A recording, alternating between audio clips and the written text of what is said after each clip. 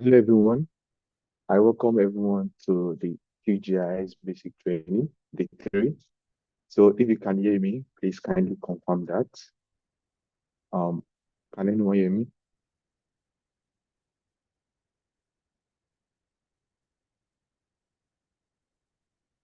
Okay. Yeah, I'm seeing a thumbs up. Okay, I welcome everyone to the QGIS basic training, day 3. And I'll be your moderator for this day 3 training. So my name is Akintola Messi Onopemefo, and I'm happy to be your moderator for this training. So welcoming everyone from the different country joining this training. It has been a great experience to have you all on board. And also, the day one has been so amazing. Day two has been, hands-on training, training back to back. And also, day three is going to be very, very insightful for you to have more hands-on work. Um, I'm going to be introducing everyone. So you can use the chat button to introduce yourself and tell us the country you're joining from so that we can do a shout out to you and also to your country where you are joining us from. So while doing that, we can have the agenda for the program. So we are welcoming everyone. So after that, everyone is doing the introduction on the chat box, and also we are going to have how do we get here by Mr. Hope or Mrs. Hope, and also let's see what you have done so far, and also you're going to go in hands-on training with the use of open OSM data. So, and also we're going to go into question and answer and have a shout out games, and a group pictures and a closing remark. And also, so why doing that? We can also, how excited are you to be about the training today? You can also put that on the chat, and how excited you are to be in the training today. Know how has been experience in day one and day two, and how you are excited to be in the training today. You can put it on the chat box while I'm getting response. So yeah. So let's have how do we get here? So over to you, Miss Ofu Bafumadi. Over to you.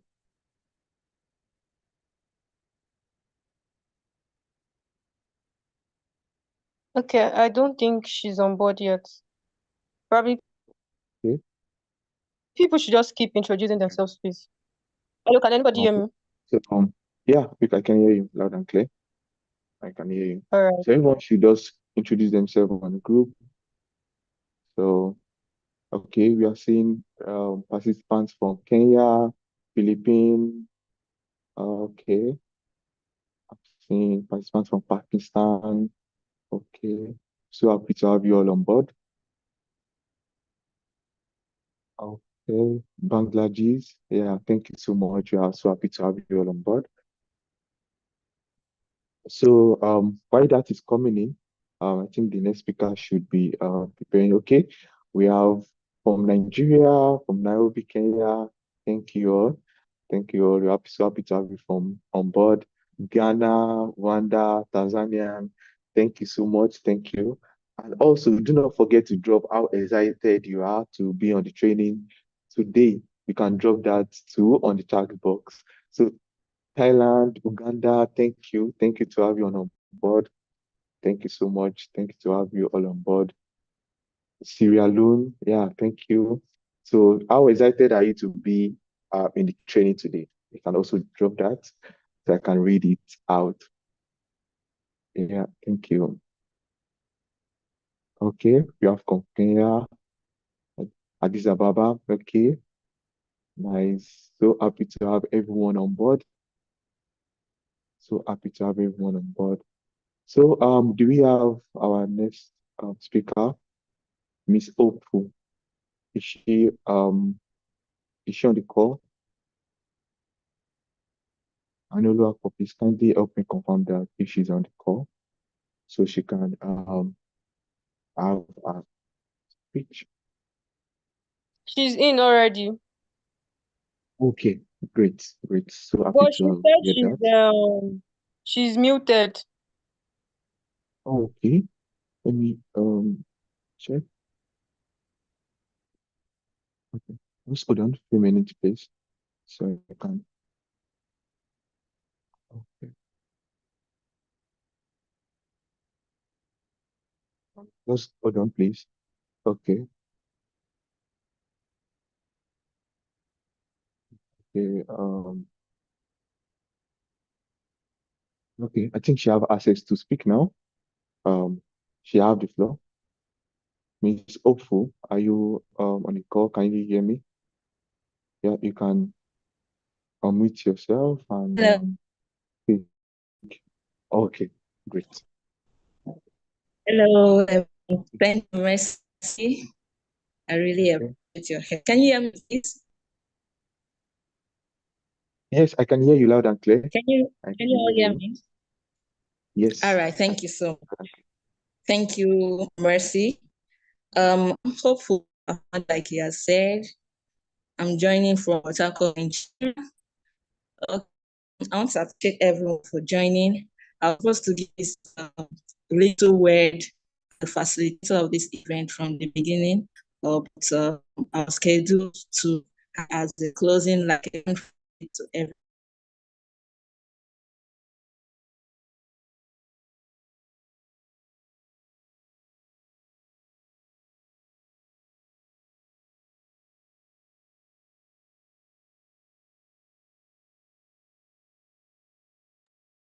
Sorry, am I the only one not hearing anything? I It's think not she's just having you. a network issue. I think she's having a network issue. Um, just give her a few minutes.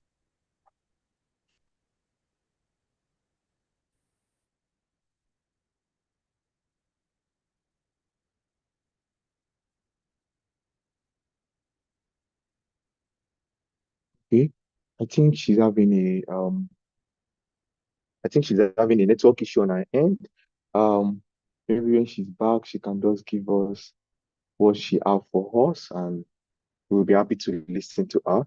So let's go to the agenda for today. The next one, we are going to be having. Okay, can you all hear me? Yes, we can. Can you all hear me? Okay, great, great.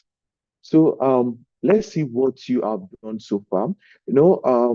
From day one, we go through the ID editor and how you can contribute using ID editor. We also go through GSM, how you can contribute using GSM. So, and also day two, we glance through into QGIS on how you can create a map, how you can create more of map interface with using OSM data and to create insightful map about a location. And I think the training was well packaged that everyone was going home trying to create a lot of maps, make it beautify, and also we want to see what has been done so far. So I'll be passing the mic to Anolu to show us what has been done so far. Over to you, Anolu.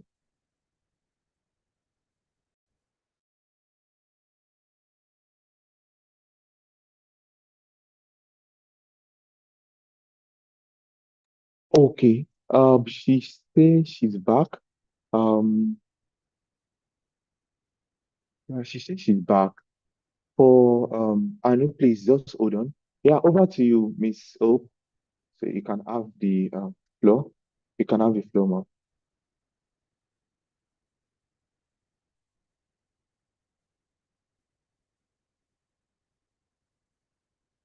Can you hear me? Sorry, can anyone hear me? Just give me a thumbs up. Can Yes, we anyone hear can. me? Okay. Miss Hope, are you still on the call? Um, I think you can have the floor now.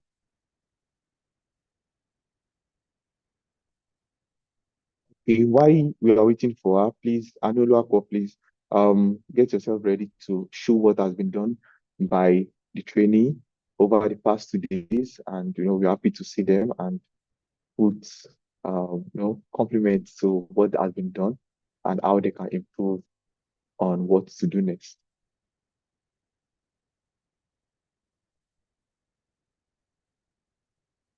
Okay, Miss Hope, are you still there? Can you hear me loud and clear? Okay, I think why we should not waste our time, our precious time actually. So I think Anolo, we can actually just go straight to what has been done so far by the great trainings. All right, Thank please, you. can you enable me to share my screen? Looks like I can't share my screen from here. Okay, I will do that now. Okay. So kindly confirm if you can share your screen.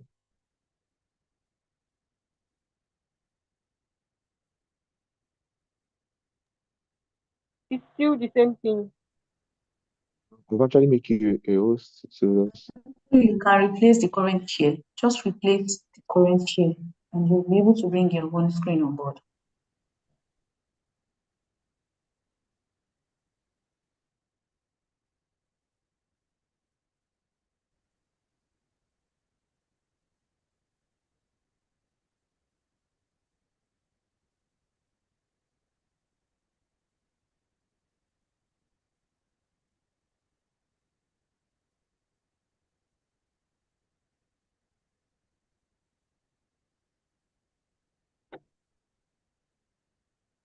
can you share your screen now?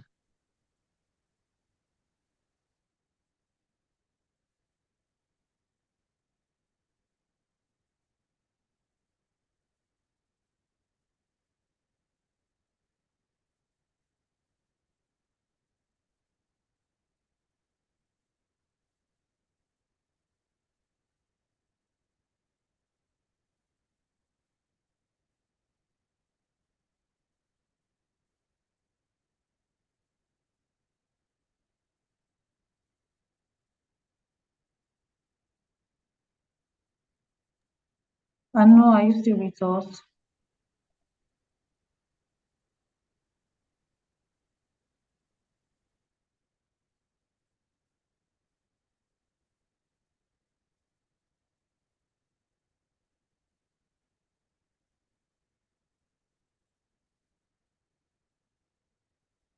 So I think that we lost Messi, are you there? Anu is here. Please, let's just move to the next agenda on our program. Well, Messi is the one facilitating the program and is the one with the other program. So I think what we have now is what we've done so far. What's the next thing on the order? And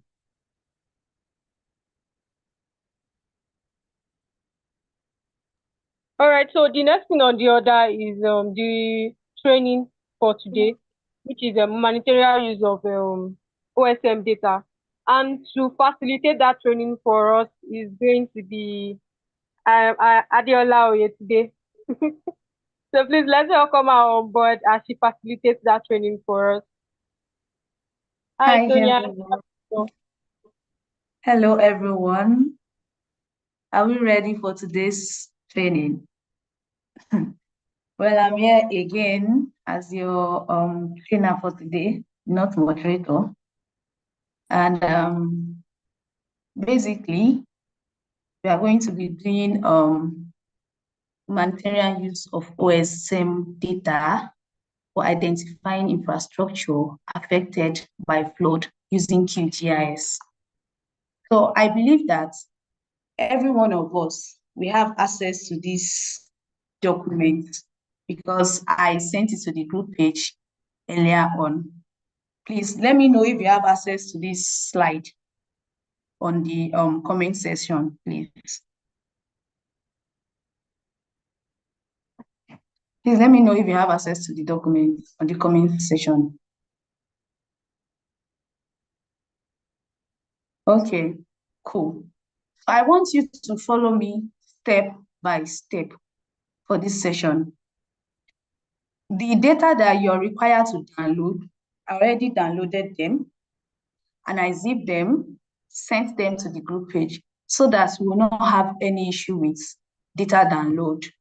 There are some people cannot have access to the download, they cannot download the data, or probably they cannot access the data. So that is why I downloaded the data that I will be using for this session, and I zip them, have them sent to the group page. So the first thing you are required to do is download that document, put it in that your folder that you created yesterday for this training. You remember you created a folder on your desktop yesterday. So you can download this, unzip it into that folder so that we can use it for today's training. So moving on, you all know that my name is Adeola Antonia Oyetunde, and I'm a student of Surveying and Geoinformatics, a member of Youth Mappers OAU, and I'm also a mentee for this OTS mentorship program. You can connect with me on LinkedIn and Twitter too. So let's get started. We need to have this prerequisite knowledge before we start the practical aspect of our today's session. The first thing that we need to know is that for us to carry out any analysis on flood estimate, there is need for us to get data that we'll be using for the analysis. So basically, we need to get our flood extent data. And how do we go about this? Most times, NASA usually they release data, the flood extent, but they do not release such data for every disaster or every flood event. So if you're unable to get it directly on their website, there is another way to go about it. But I will not be dwelling into it so much today because it might get confusing for some persons. And we know that this is a basic class. We don't want to confuse anyone more than the way they are already. We are here to clarify the basic stuff that they need for this training. So this flood extent data, it has been derived from Sentinel-2 satellite imagery. And some analysis has been performed on it for us to get the flood extent per se, because they compared an image before the flood and then after the flood. So the imagery was able to capture where there is new water, which is interpreted to be the flooded area. That's the place that was not covered with water in the initial image. So for this specific data we're working on, it has a resolution of 30 meters. That means one pixel on that image is 30 meters on the ground. So like I stated before, NASA does not release data for every flood event. So in case you don't have that particular data for your area of interest, you can easily run your own analysis to estimate flood extent using the same source that NASA used for this particular one. So first thing, we need to, I'm coming. Please, are we clear on that? I need your reaction, I need your comment before I start the work itself. Please, I need your comments. Are we clear on that? Is it making sense? Are we getting it? Do you get my explanation? Yes, I disabled my screen for now because I want to start it so that you can see it yourself. So first thing that we need is that we need to define the area of interest that we are working with. And you remember during the first day, I told you that it is possible for you to get the shapefile of your area of interest directly from the OSM, the Alt Tasking Manager. You remember, right? So Today, I will be showing you a practical example of how to go about it. Now we are on step 1 in the handouts that I sent to the main group page. The first thing we need to do is we'll go to our hot tasking manager. So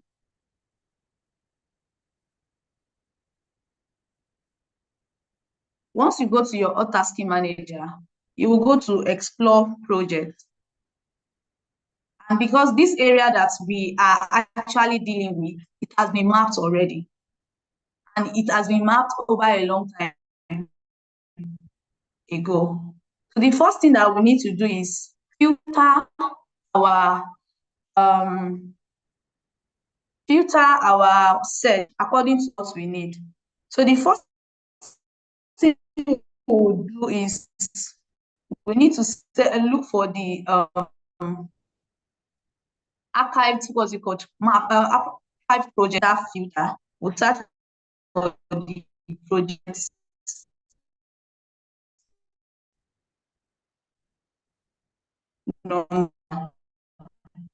And that's 16.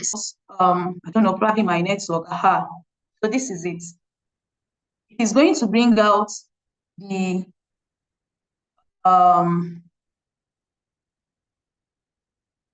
it's going to bring out our area of interest, but from the look of things, this is not the part, this is not what I need. So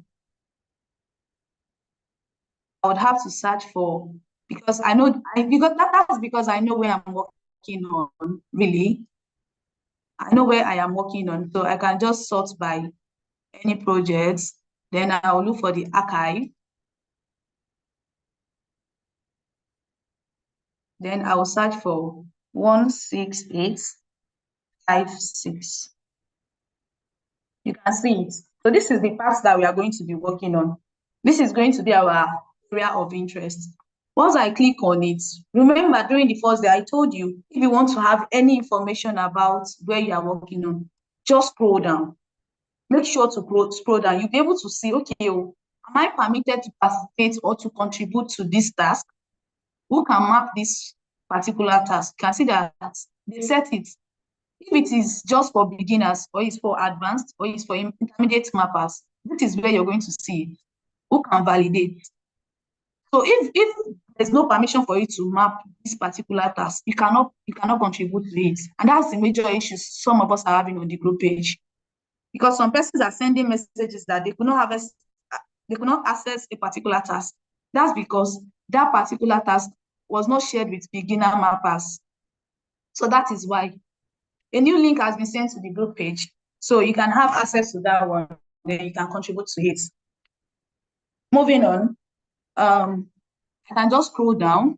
I'll see where I can download my OSM data. Can we all see it? I need your responses, guys. Can we all see it? So once you look at it, you can look at, okay, I want to get my area of interest. You can see where you can download the area of interest here. Are we clear? Just click on it. So all these data I downloaded them. And then I put it inside that zipped folder. Also, this subsequent ones that we'll be using, I already wrote down the instruction for you to have access to those files. And then you can practicalize that on your own end after the training. But for this, so as not to waste much of our time, we are going to be using the data that I already downloaded for us, and then we'll continue with our analysis. Are we good? So now that I've downloaded my data, because the next thing for me to do is to launch my QGIS.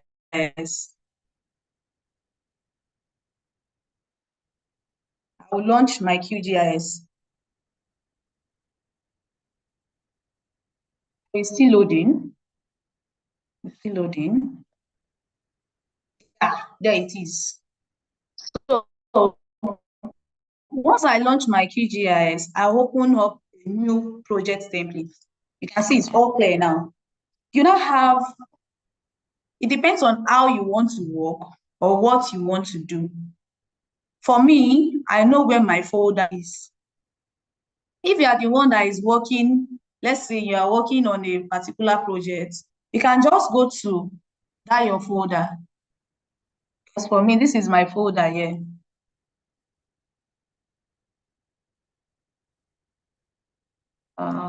Okay, this is my folder for day 3 here. You can see it. So the first thing I can do is just that once I carry this geosyn file, I can drag it to my, but this thing is not allowing me show you. I don't know if it can be taken away. So I will just take my file and I'll drag it to the QGIS. Once I drag it in, my shapefile is going to come up automatically. See if I want to drag it in. Another way that I can do it is that I'll go to my browser here. On the same page, guys. Please let me know if I'm too fast so that we can go slowly. So before I can decide that, okay, I want to take out my file. Probably I already know where it is. I can just go to my browser directly, look for the folder. For me, this is where the folder is. I will go to the desktop because I have my folder on the desktop. And you can use this method if it's not allowing you drag from your folder. Use this method. Go to your browser and then locate the directory that you have the folder saved to. For me, my folder is on the desktop page. So I'm coming here now. I'll go to my desktop. Here, this is where desktop is. You can see it. Then my folder that I saved it into is QGIS. So I would look for it, and you can see the day 3 here. Once I open this day 3 up, I can see my shape file, the area of interest. I can see it in form of in a geodesy file. I can just carry it, drag it here. You understand? You can just carry it, drag it here. Or you can just double tap on it and it will load. You can see that they are now 2. Another way you can take in your what's it called? Another way you can take it in is by adding data. Just come to your layer here. You can add more things. Are we on the same track, guys?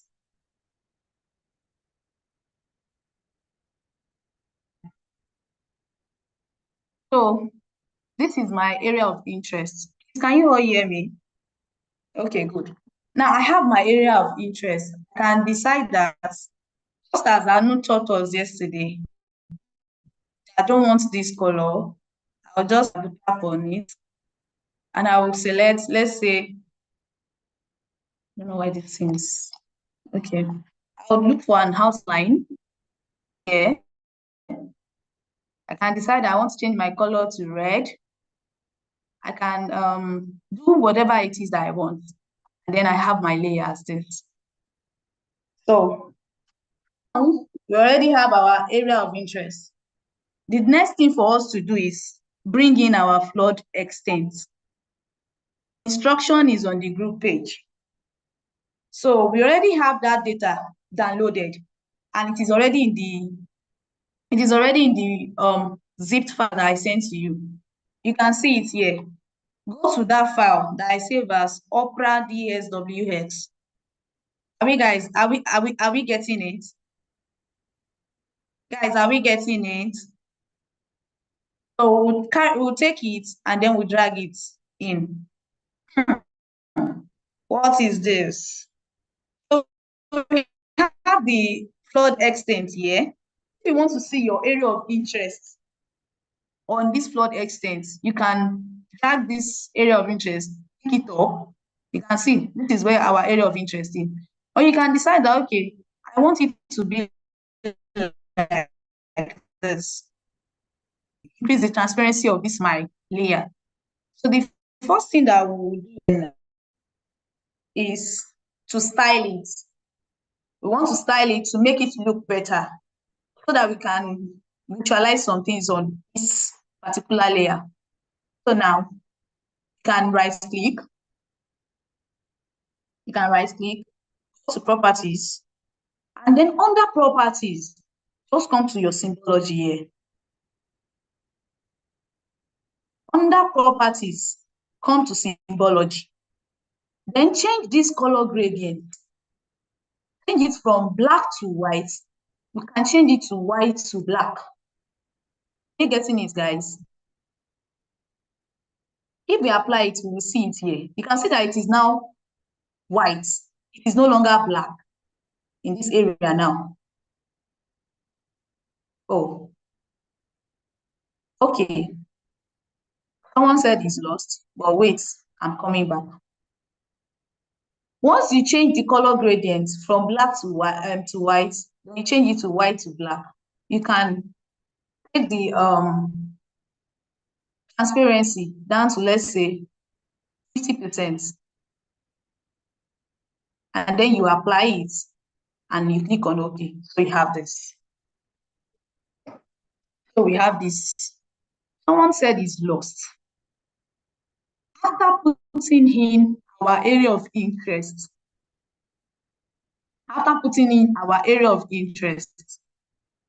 you can change the symbology, or you can decide that, okay, I want to leave it as dark colored one. Whatever it is you wish, it is your map that you are creating. But even though it is your map, you need to make it in such a way that you understand what is going on the analysis you want to perform, and any other person to understand it. So now, this is my area of interest in red. The only thing I did was to drag in this flood extent data. I dragged it in, just like this. But I don't need 2 flood extent areas, so I'm going to take it off. I don't need this. So you just drag it in. Once you drag it in,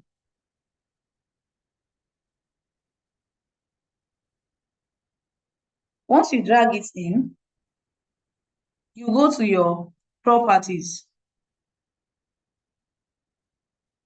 After properties, you go to symbology. From properties, you go to symbology. This is symbology here. And then you come here to the color gradient. You change it from black to white. You change it to white to black. You apply it, and then you go to transparency here, and you reduce it from 100% to like 50%. Do we get it now? Please let me see your reaction on the group page, on the group chat, please. Are we together? Good. So now we are able to see, we are still going to use flip, but please, there's on this issue of flip. Yesterday, when we were in our training, basically, we used vector data throughout. But today, we are introducing raster data. What do I mean by vector data? Data that has to do with points, lines, and polygons. They are vector data. But the ones that has to do with pictures, grid, pixels, they are regarded to as the raster data. So now somebody made mention of the clip function. Today we are not dealing with vector, we are dealing with raster. So instead of going to vector, we'll come to raster. And then from raster, you follow me? From raster, you click on raster. You go to extraction. Are we getting it, guys? From raster, you go to extraction. And then once you go here, you can decide that you want to clip your own raster by extent, or you want to clip it by max layer. Let's try raster by extent. You can see that this is the raster we are dealing with. Automatically, it is loaded here. So after then, our clipping extent, we can bring it in or set it to current map extent. I don't want that. I can take it from my layer. Guys, let's look at it too. My input layer is the flood extent data that I downloaded. And then my clipping extent, I can decide that I want to take it from a layer, and then I'll put in my area of interest. So once I put in the clipping extent, I will run it. Let's see what it's going to bring for us. So now, guys, if I switch this off and I put this on, you can see that. Let me do the what's it called?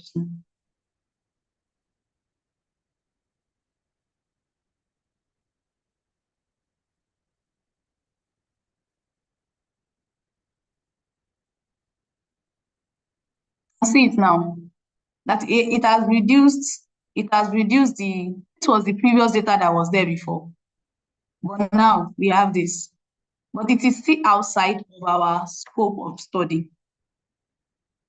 For now, I think we have to stick with the curriculum that is sent into the group page. Now, there's something that we need to consider. We need to consider the visual accuracy check of the flood data.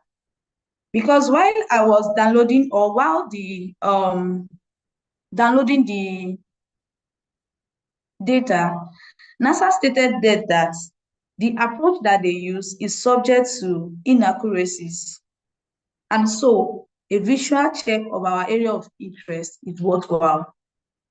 Now, we need to compare what is on the ground, the true imagery of what is on the ground, to what we have here, so that it will not be like we're dealing with something else. And now, we have to bring in the true imagery. I already downloaded it. The instruction on how you can download it is on the material that I sent to the group page. However, for this training session, we can just make use of the data that I had sent to the group page. Now, this is the data that is labeled as 2024-05-06-000, like that.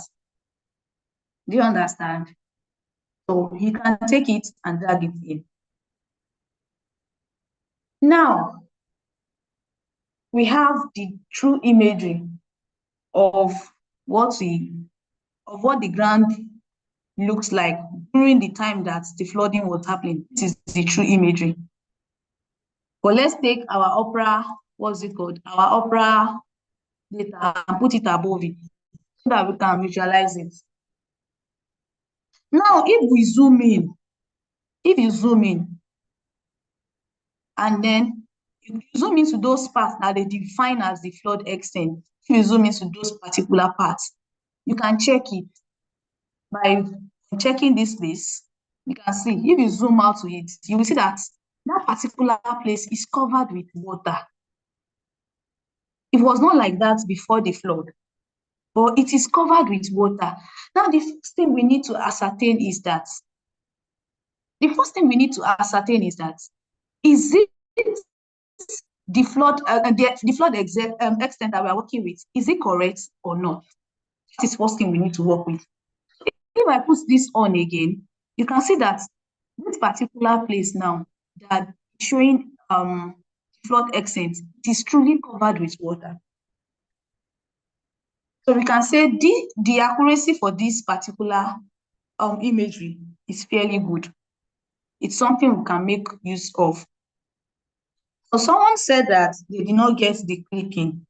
Please, I advise us all to follow so that we not drag other people down, please. So the other time that I wanted to do the clipping, I used clip raster. You come here to raster, and then you can say you want to Okay, let's try keep raster by mask layer now. So our input layer is our flood extent.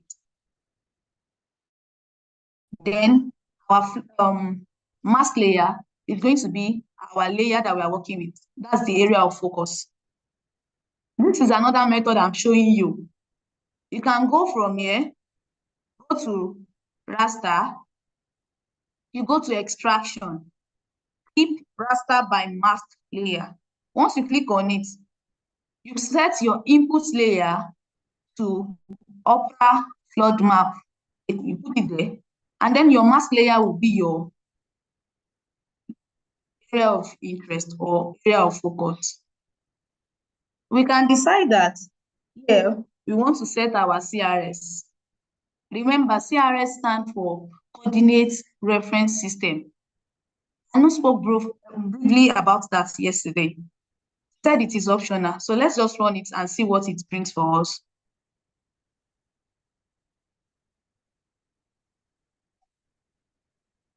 Now, we have this.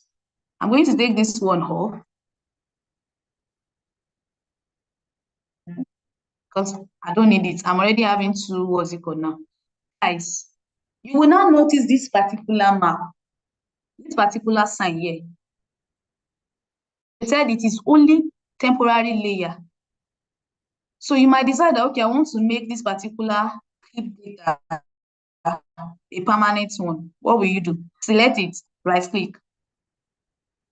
Once you select it and you right click, you can see export. You can save it as what? Whatever you want to save it as. You can come here and say, okay, I want to save it as I'll locate my folder. This is my folder here. And I will say my clips. I can say area of interest, flood extent. Yes, you can export it. You can save it as too. You understand? So once I select my folder, I'll save it here. Some people say, how do I locate the data that I'm saving it to? You will come to these three dots here. You browse, and then you select your desktop. If you have your folder saved on your desktop, select your desktop. You go to the folder you are working with. This is my own folder here. And this is what I want to save it with. Then you save it with whatever you want to save it as, and then you save. And you click on OK. So you will notice that you can take this one off. If you take this one off, you still have another one. It's still the same thing. So you can take this one off like this. So you can see that we are following through back to back with our slide. Now, if you check the slide, you will notice that we are on step 6. Clip raster to area of interest.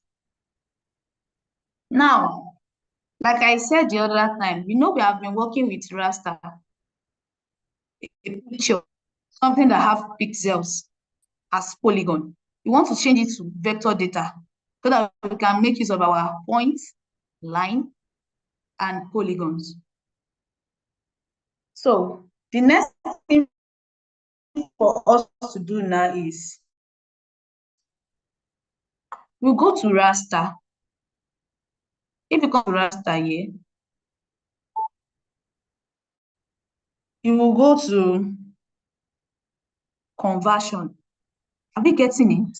From raster, you go to conversion, and then you come to polygonize. Once you click on it, this pop-up will come up again. And then you have your input layer. What is our input layer? The clip data. That's our input layer. And then we would run it.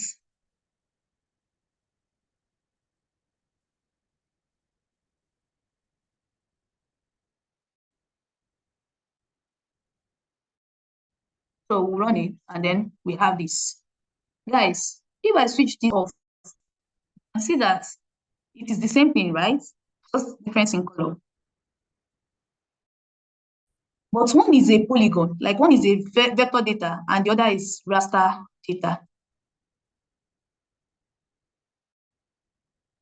If you want to convert your raster to vector, you will come to raster, you will go to conversion, you will go to polygonize,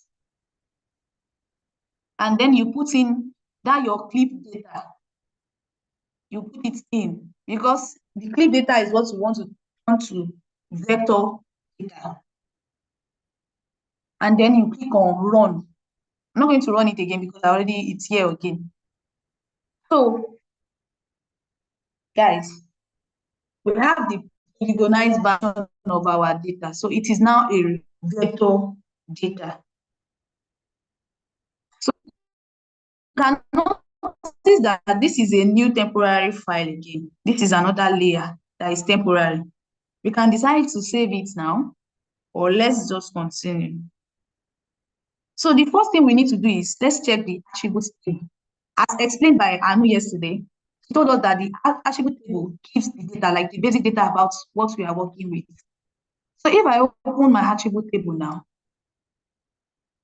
you can see 1, 1, 1, 1, 1, 1, 1, 1, 1, 1, 1, 1, 1. But in this data, we still have some zeros. You can see 0, 1, 0, 1, 0, 1. So first thing we need to do is double tap on this DN. That's your digital number. Double click on it. You can see that all the ones that have zeros now, all the ones that have zeros, all the ones that have zeros,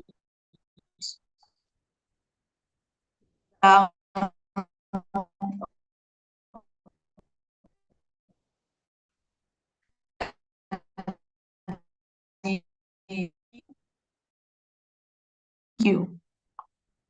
So we want to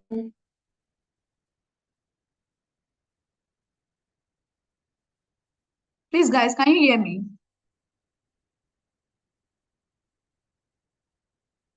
Please, Yes, can you I hear can me hear you now? loud and clear. Yes, I can hear you. Okay. My voice is not breaking, right? Um, just before, just a little, but now we can hear you. Okay. Someone said that I should repeat the attributes table part. I'm going to start from there.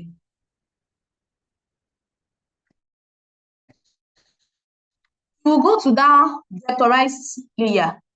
You will right click it, and then you will see open attribute table. Can we see it now? Yes or no? Let me get your reaction on the chat box. Yes or no? Can we see the open attribute table now? So once you click on it, it will bring out this part that has digital number. And if you notice, I said we have 0, 0, 0. There are some that have 1. So we are only concerned with the one that has 1. We want the one for 1. So we are going to do something now. Please, I want you all to please listen carefully at this point. We want to select only the ones that have 1. That is what we want to do now. So we'll come here. You can see this is a pencil icon. You toggle it on. You can see that pencil icon. Once you toggle it on, you can see all these ones too. They are now activated. Most things here are now activated. So the next thing you will do is, if you come here, you will see select features using an expression, right? Click on it. You can see another thing has come up now.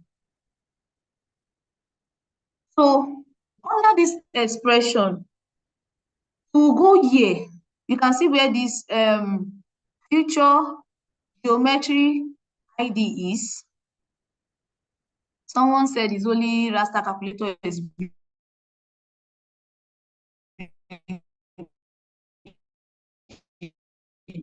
please. I'm not the one that asked you to go for Raster calculator now.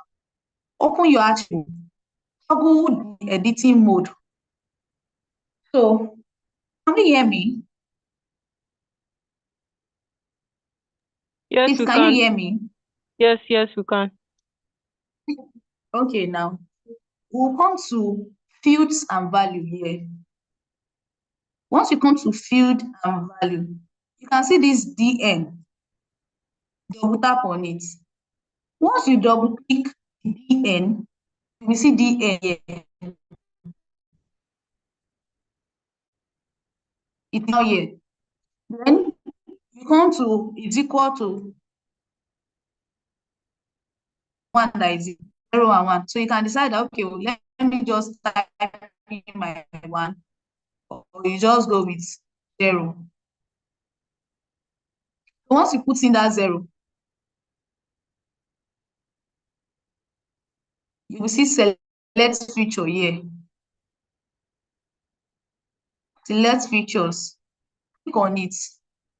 And once you select the feature, you will see that, close it, you will see that all the ones that have 0 has been selected.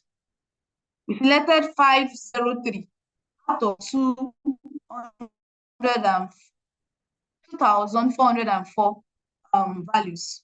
Only 503 has 0 digital number. We don't need them. Those are the points that are falling outside of our scope. So the next thing for us to do is we would delete it. This is where you can delete it. This is where you can delete it. So once we delete it, let me switch off this layer so that we can see it well. Once we delete it, we have only the flood extent. If you zoom it in, you'll be able to see the water in a polygon form. Can we all see it? Can we all see it? Please, I need reaction on the comment box. Can we all see it? Am I still on the call? Yes, I can hear you. Yeah, yes. Can you see my screen?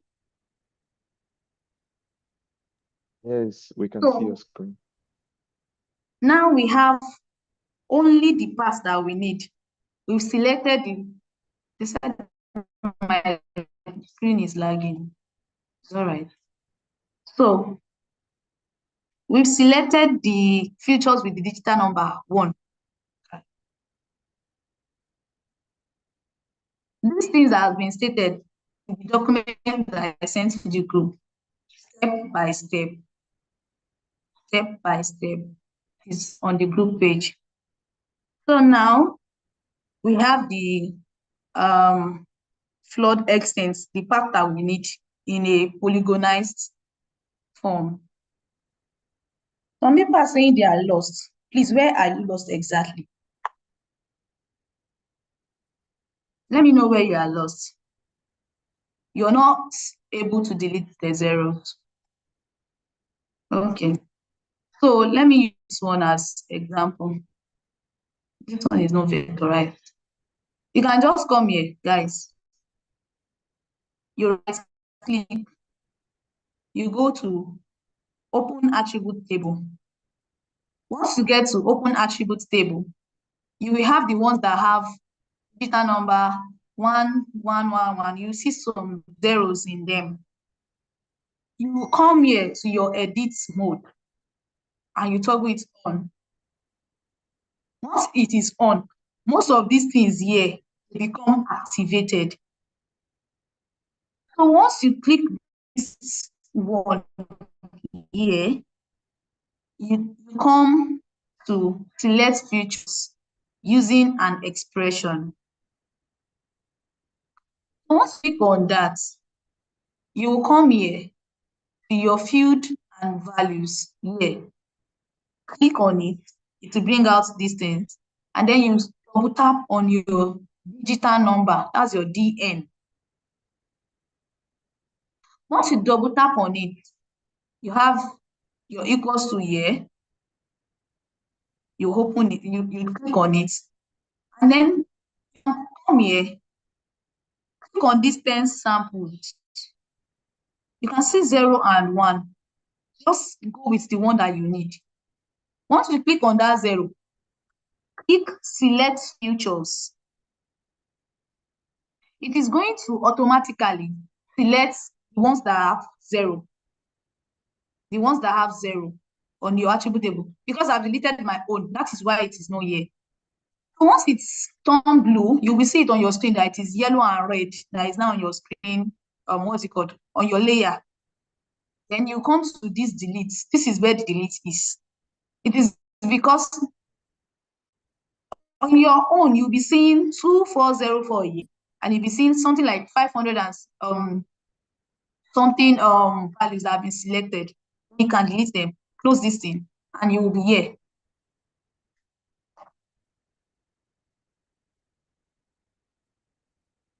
Are we on the same page now? I told you to note which you can clip your area of interest. Come here, come to raster, go to what am I even saying? Come to raster, then come to extraction. You can use any of this method. Make sure that you are bringing in the correct layer. The instruction is in the PDF that I sent to the group page. Now, this is our vectorized layer. You can see it here now. You can see the areas that are affected with water. Wow. That are affected with the flooding. Moving on, we have to create a buffer for our flood data so that we will know, okay, oh, we need to see how, like, we are going to create a buffer that will be 30 meters to each point so that we can determine, okay, this is the extent of this water, this is where this water covers, like 30 meters. But let's do some data. I don't need this area of interest flood extent again because I already polygonized it, so I can just take it off. This one too, I've already confirmed what I want to confirm, so I can take this one off too. I just like to make my layers, I want them to be clean. I don't want so much thing. I don't want so much data that someone else that is just coming in will not be able to understand. So what I'm going to do now is create a buffer for the flood data. How am I going to go there? I'll go to vector here. Can we all see the vector? If you go to vector, someone said the clip master by mask layer. If I already gave you two methods, come to extraction, use clip raster by mask layer. You extract it, you put in the correct layer. So now we want to create a buffer around our flood data. We'll go to vector. Then from vector, we'll go to geoprocessing tool, and you can see the buffer there, right there. So once we click on the buffer, we'll look for, if you ask us what our input layer is, you should know that you have to know what layer you are bringing in. This is the layer I want to work with. So it is my vectorized layer. And I want to work with distance like 30 meters, like I said. Your own might not be meter here, that you'll be seeing kilometers in the yard. You have to change it to meters because we are working with meters. So you change it to meters. So now, you make sure that you come here, the solve results. Make sure that you check it. Check that the solve result. Check it. And then keep disjoint results separate. Check it too.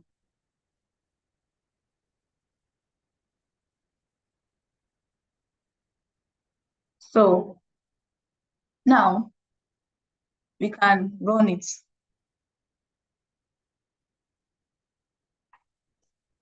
Once we run it, this is what we have. This one too has created a new temporary layer that I save as, you can see it. If I bring our vectorized over it, you'll be able to see what I'm talking about. This is our vectorized what's it called? But we still have like 30 meters distance to where the vectorized layer is. Please, are we getting it? For those that are not getting it, you can like make reference to the material that I sent to the group page. And also, you can check the recording of this video. I don't want to drag everyone back. So now we have a new temporary file here. You can decide to save it or continue to look at it however you want. I hope it is making sense. So next thing we need to do is that we need to clean the flood polygon and we need to calculate the area. We need to clean the polygon and we need to calculate the area that is covered by the flood. So first thing we need to do is that if we look at the distribution of the flood polygons, you may notice that there are some scattered small spots here. Here, see them here. And this may have wet paved area or artificial water that does not necessarily represent the flood extent. What do? We need to first calculate the area of each of our polygons so that we can remove the smallest ones. Because as you are looking at it now, this area might not be like, it might not be flood, it might just be artificial water or something, it might be pond or something. So we need to look at the area that the water covers like a large area or portion. So we are going to calculate the area of our polygon. We'll calculate the area of the polygon and then we delete the ones that their area is actually small. So how do we go about this? The first thing you need to do is we open our attribute table of the buffered data layer. This is it. Please, are we together? Yes, thank you. So you right click the buffered layer and then you go to the attribute table again. Open attribute table. You can see that we all have one, like that. That is what is expected of us to have. And then we will now go here. Want to edit again, but now we are going to the feed calculator. You can look for, see, there is open feed calculator. You can try to check through all these things and see what they mean. So here we are using, please, let's listen, open field calculator. It pops up another layer for us. So we're going to write an expression here so that it can generate the Morse code. But first off, we need to create a new feed. So what's going to be the name of our feed? It's going to be area.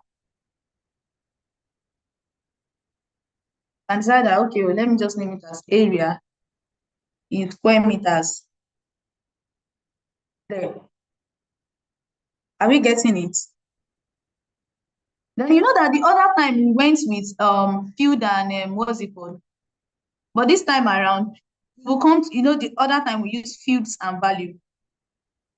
Now, we are going to use geometry. You come to geometry, and then you pick this dollar sign with area. You double tap it. Dollar sign with area. You double tap it. And then you click on OK. So if you click on OK now, you should have this area in square meter, like the field, on your attribute table. Are we all on the same page? Do we all have it? Please, I need your responses on the page. Drop your responses on the chat box. Good. Now, if you look at this area in square meter, you can see that we have numbers that varies. There are some areas that are not up to 10,000 meters square. There are some areas that are above it. So we know that the areas that we actually want to eliminate, they are small areas. So we have to delete those ones that are not up to 10,000 meters square. No, how do we go about this now? How do we go about it? Remember the other time that I wanted to delete the digital number, that is not one. It's still the same route that I'm going to follow now. So you will now go to select by expression again. For those that did not get it the other time, you go to select by expression, and then you go to fix and value here again. You can see it here. You will double tap the area in square meter. Happy? Yeah, meter square, sorry. And then you put less than. You can see it, less than. You can type it in yourself, or then you can type 10,000. Are we together? And then you select features. Close. You can see that it is selected now. There are some, you notice that all of them that are selected now, they are less than 10,000. So we delete it again. This is where you delete. As simple as ABC. Now you notice that these polygons here, they are now much lesser than what was there before. If we check the attribute table, you realize that all the area is in square meter, they are higher than 10,000 meters square, whatever. So what's the next thing to do? Guys, let's notice this part now. You can see that it is still temporary flood layers. We need to make them permanent. This is actually the layers that we need. So once again, the people that not get how we saved it the other time, which is how to go about it. Come here now, right click. You can see export. You can see make permanent. So click on save features as. You can decide to save it as shapefile or any data format that you want to save it with. Come to these three dots so that you save it in your folder. Your D3, and then you can save it as our Opera buffered flood. We'll save it.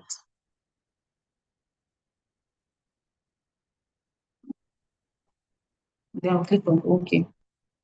So this one can be discarded now.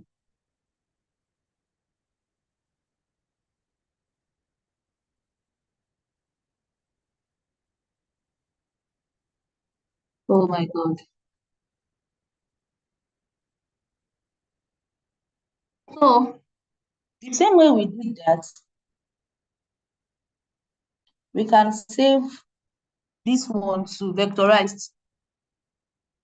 We can make it permanent, or we can save it again as, but this time around, let's try to save it in, disturbing me.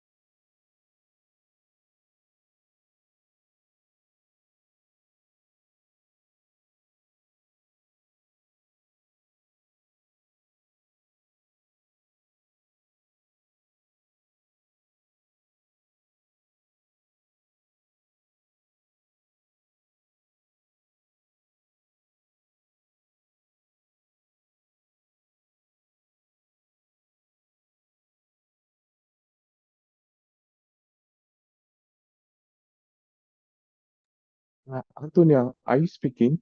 We can't hear you. Oh, can you hear me now? Yes, we can hear you loud and clear. But you can see my screen, right? Yes, we can see your screen. Okay. So what I'm doing now is that I'm cleaning the layers. I just want the data that I need there. I don't want any extra thing. So I can take this one off now since I have it saved. I made it permanent already. So no.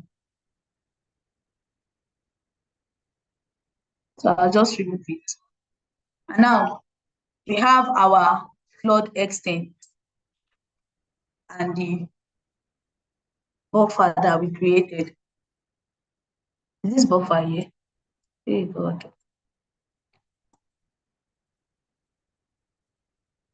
That is my name.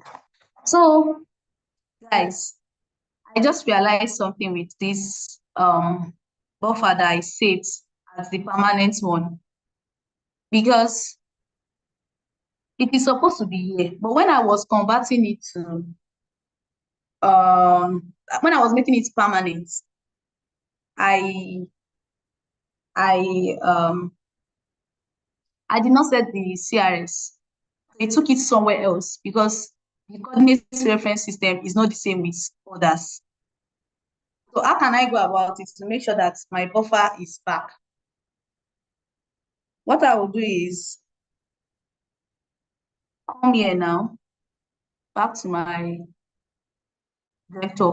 Then I'll go to processing to buffer. I already have my flood here. I'll buffer it 30 meters. And then I'll run it. Oh.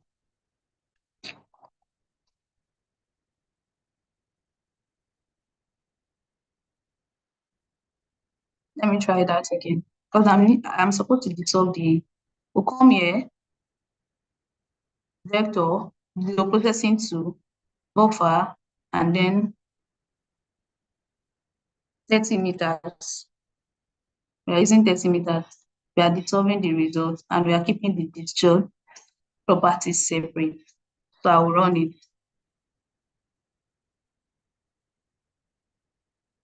So we have it here now. Let me change the color so that we can see it well.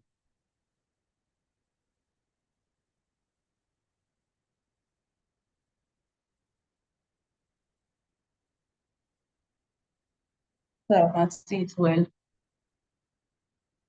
So I can take this one away now.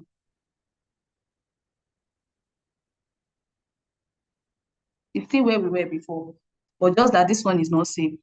So I can save it by making it permanent. can decide I want to save it there again as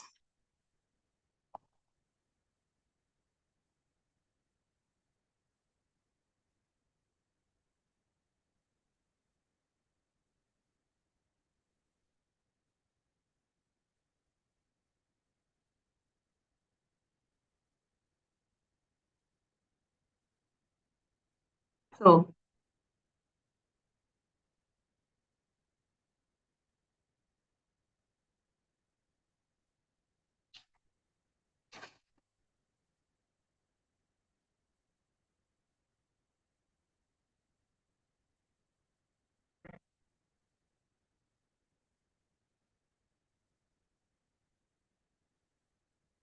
You can see that there is a question mark here because it does not have coordinates reference system set.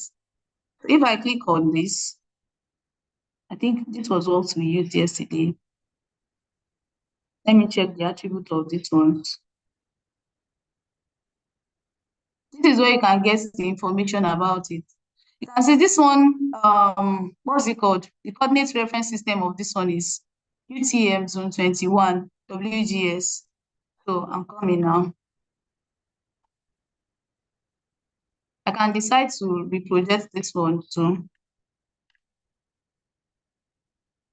Because they are not in the same projection. That is why we are having this issue.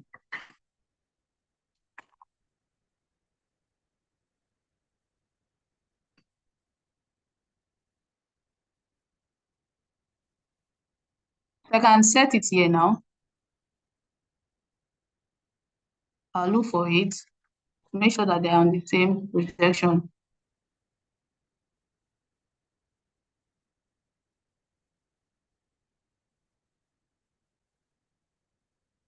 So once I come here, there's it's projected coordinates reference system that the other ones are.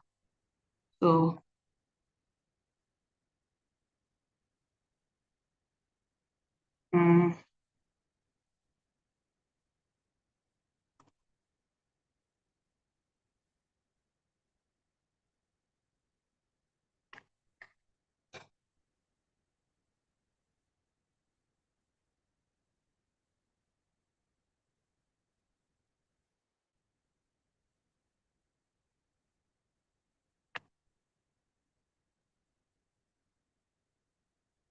so I can look for the coordinate system here so that all of them will be on the same page.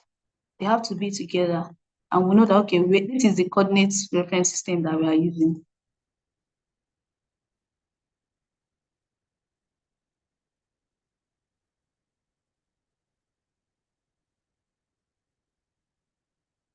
So here it is. You can see it's that it has come back now because now we are all on the same projection. These three layers are now on the same projection. If your own did not disappear, that means that it is still the same. But if it's showing like this on your own, you don't need to like reproject it. But if it is the same thing, you have to like make sure that the projection you are working with is the same for all of them. Please, are we together? Let me get your reaction from the chat box so that we know whether to proceed or. Please, can you set? Oh my God. Is your layer still the same as this? Can you send like a screenshot of what you have on your screen to the main group page?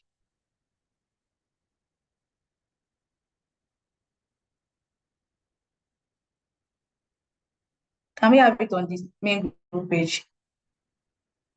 Yes. If I'm making it permanent, we want to save it because if we should close this interface now, you will not be able to have access to those layers again. It's just like you importing data from OSM, but once you close the interface, you would not be able to have access to it. And if you notice, this particular, the whole of the project is not saved. It is not saved. So we can save it by just clicking Ctrl S. And then I will save it here in my day 3. I'll save it as flood extent.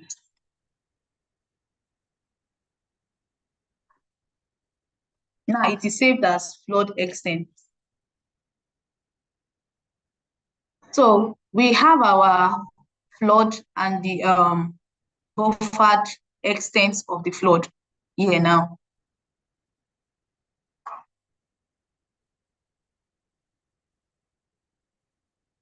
Please, are we on the same track? If your screen is like this, then you are good to go. This is what I mean. If your screen is like this, we are good to go.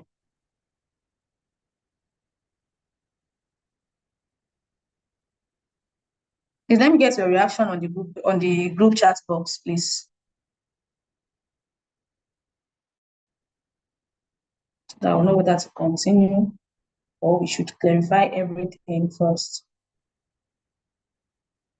Okay, someone said back to CRS. So if you want to have the general information about your layer, and just click on property and you will go to information. This is where the information is. You can see the general name, the size, the parts, and everything. So under the information form provider, you can see coordinate reference system 2. This is where you'll be able to see what coordinates you're using. So this other one, I realized that I could not see my buffered flood extent because the coordinates reference system is not the same. So I had to come and check the others reference system. And then I saw that it was UTM zone 21. UTM zone 21. So I clicked on OK. Then I came back to my buffer there. And then I went to layer CRS. Layer CRS. So I went to set layer CRS. So once I click on it, I search for UTM zone 21. So I just typed UTM here, and then it brought out the predefined coordinate reference system. On that predefined one, you will see it here, projected.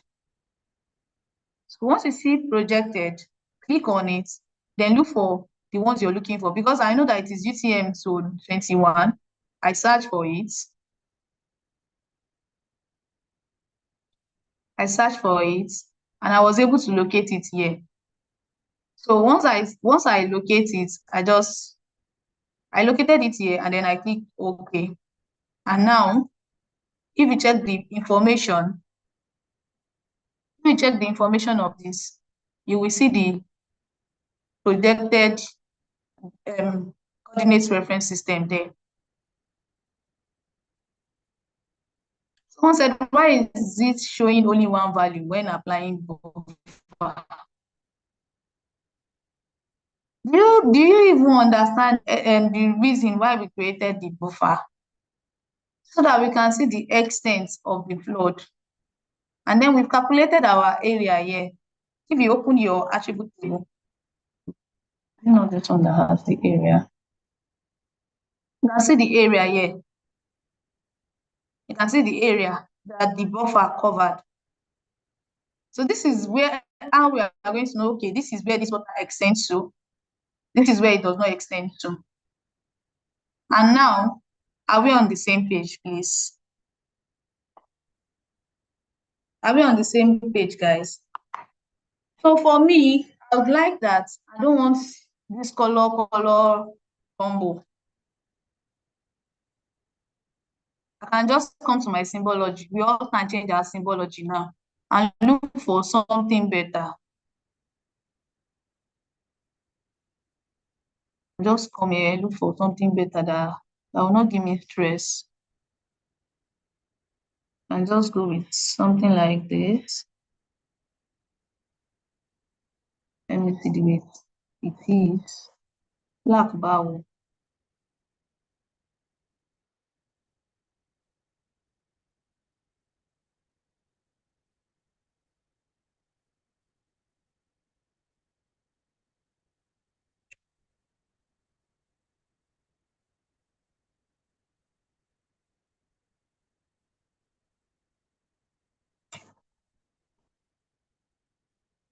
Oh,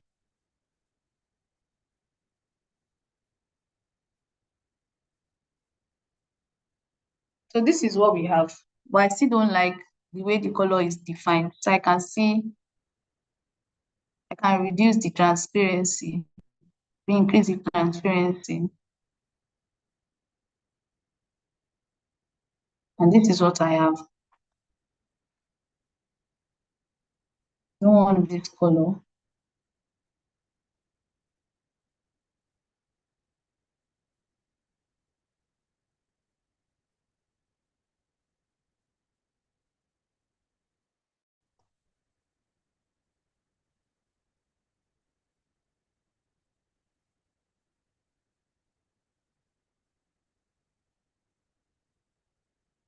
So now we can see that, okay, these are the places that there is water. Are we done setting our CRS, please? Are we done setting our CRS? I don't want to.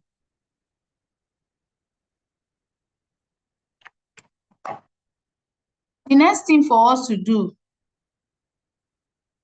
please, we can still come back to the video to check it so that we'll not drag ourselves back. Time is fast spent. The main reason we are carrying out this analysis is to know the buildings and other things that are affected by the flood. So how do we go about this? We all remember yesterday the procedure that Anu took us through. You come to your quick OSM right here. Please, for those of us that don't know what CRS is Coordinate Reference System. I just showed it to everyone now. If you don't get it now, you can always come back to the video to check it, please, so that we'll not drag ourselves back. So for now, we want to get all the buildings in this our region. So I'll come to building, and then I'll click layer extent. That's my layer extent. I will run it.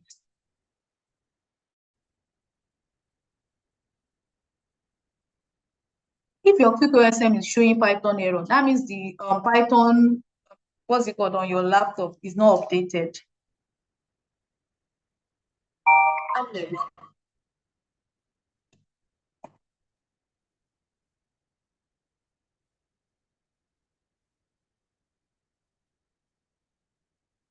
So now I have my buildings and all there.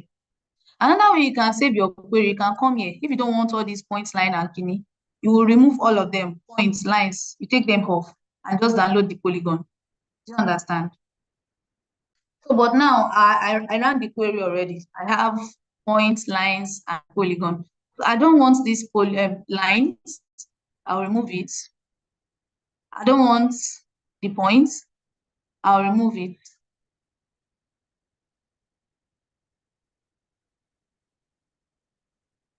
I'm going to remove it. And then I have the buildings.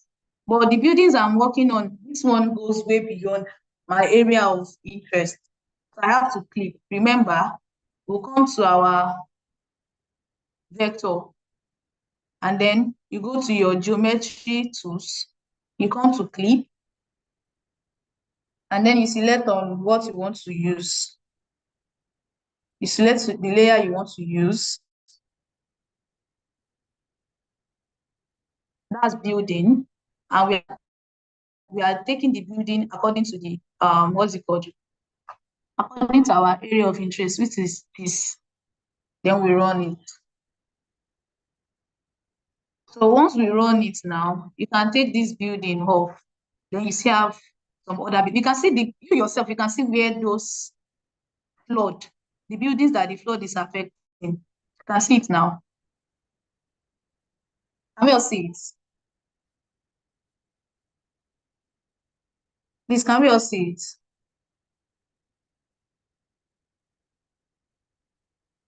Please, I need reactions, please, guys.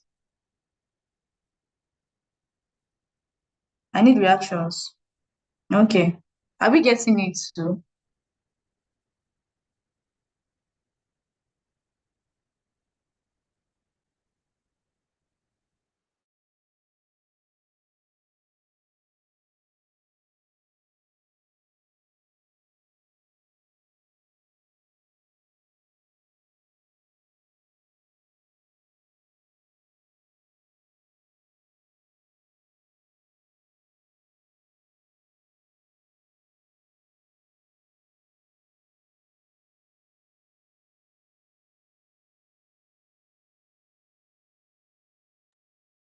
Are you still there? Antonio, I can't hear anything.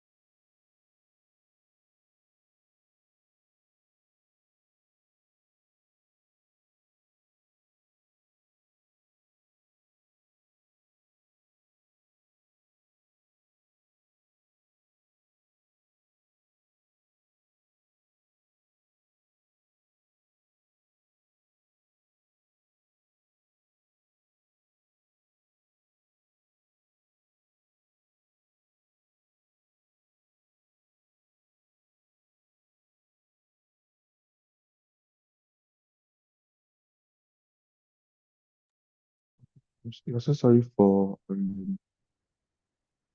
delaying your time. We are currently reaching out to her to know what is going on. So I think she had a network issue. So we are waiting for her at the moment. So while waiting for her, I think Anulua can do. Okay, she's back. She's back. Okay. Okay, let me just add her. Um, okay, let me just add her to make a host. So it's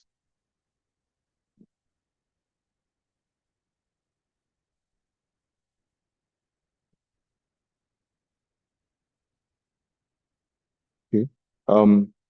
Tonia, can you hear me? You Yes, can share your thank you screen. so much. I can. I'm so sorry. I apologize for that break in No problem. transition. Was my network. So now I'm going to Yeah. continue from where I stopped. So sorry, you have 10 minutes more if you can. Thank you. Hey, sorry, I'm unable to share my screen.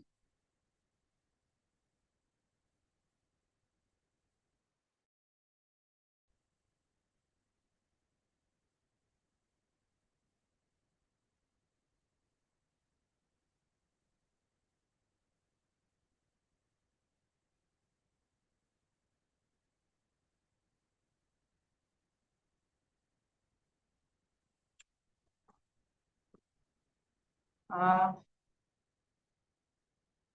I don't know. Is there a restriction on it? I can't share my screen.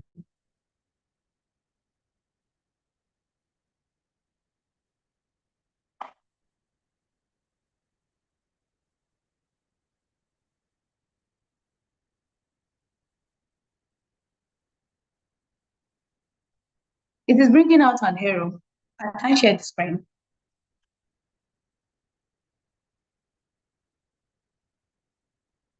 But probably I should just leave the meeting and then come back.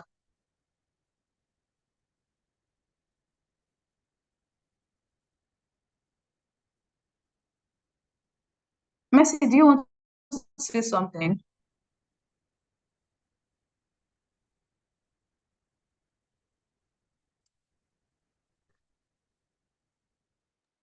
I don't know why, Probably but she can Please, I I make can't share. I make you a host. I think from there you can actually share your screen. Try it again, please. I mean, Let me leave the meeting and then join back. You can continue with the Kahoot game. You can go to the previous agenda, to showcase what has been done over the past 2 days by all the trainees. So you can just quickly do that before going to the Kahoot game. And over to you, Anoluako.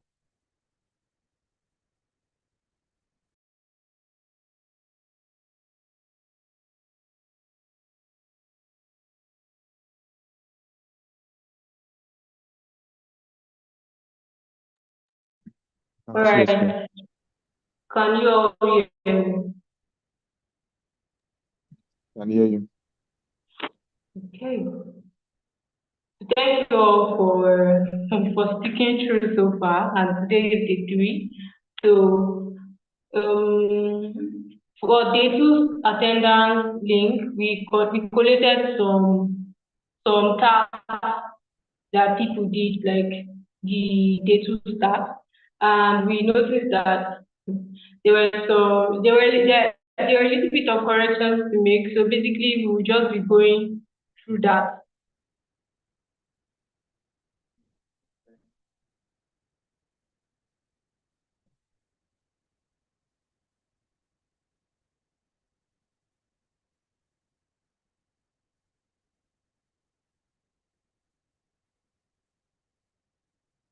I'm coming, please.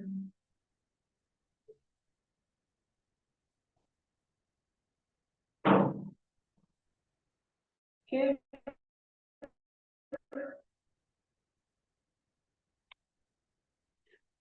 All right, can you see my current screen?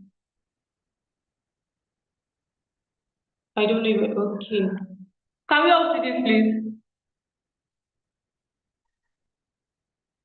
Please, can someone kindly confirm they can see my screen? Okay, so this was someone's task, and his name is actually even there, but we don't need that now. So basically, we just want to go through what the person did. So the task was to use the Abeokuta South shape file, the boundary, to show the buildings, the waterways, the highways within the Abeokuta South boundary. Yes.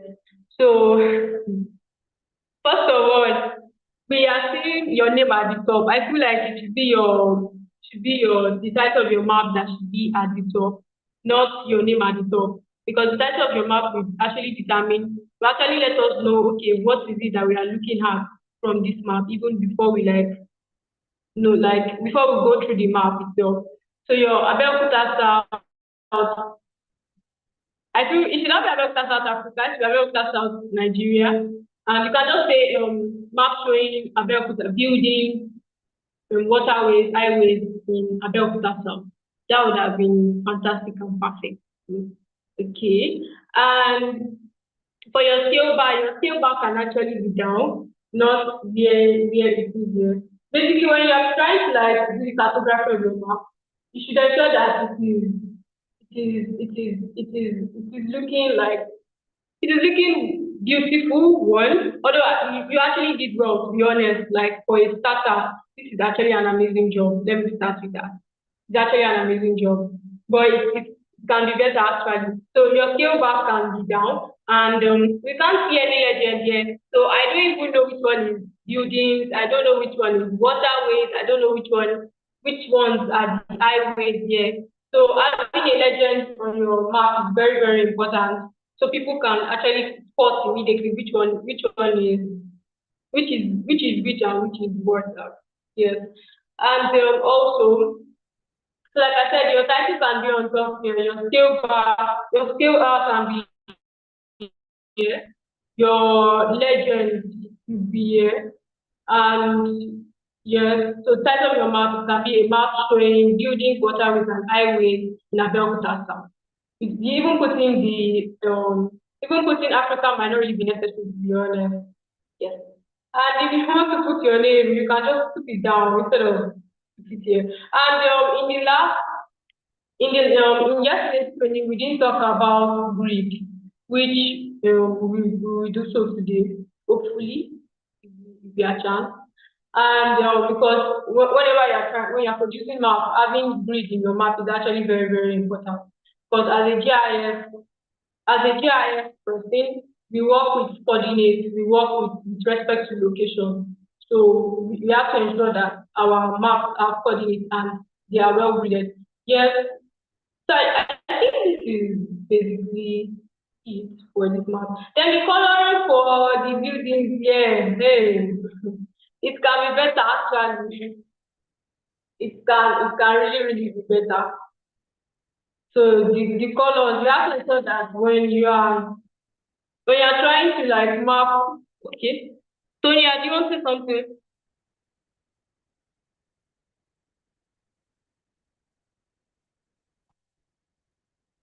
Tonya,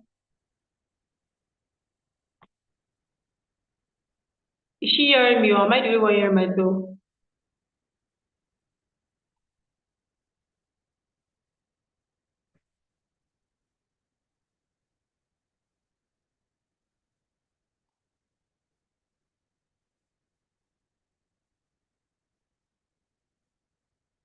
All right, please, can Tonya be unmuted? She said she's muted.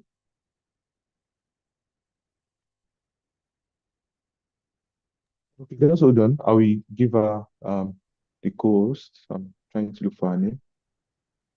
Okay.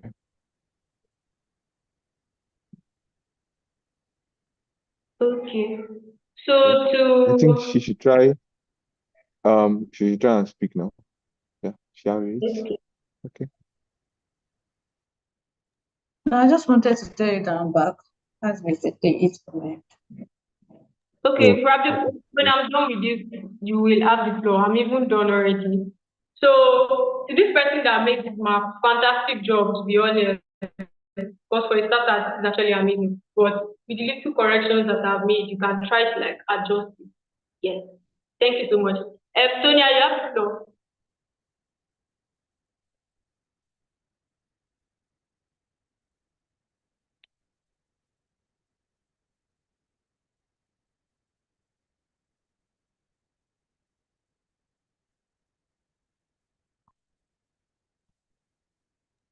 Yeah.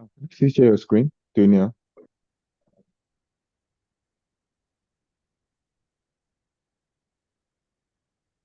Hello, I don't know, Aqua, can you hear me?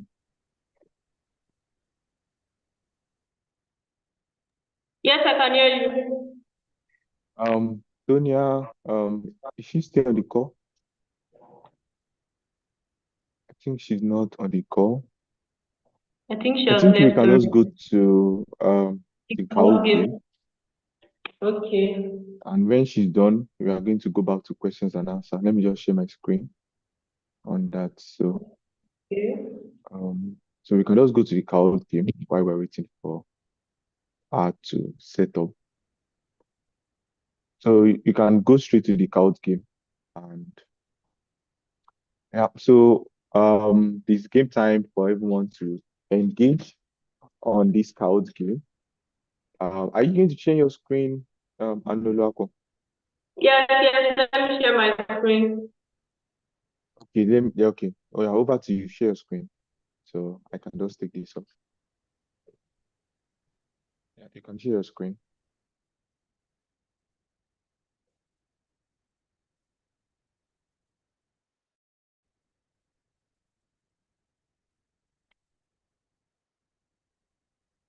And Okay, if you are it's joining us from the game YouTube, time. please kindly join the Kahoot game.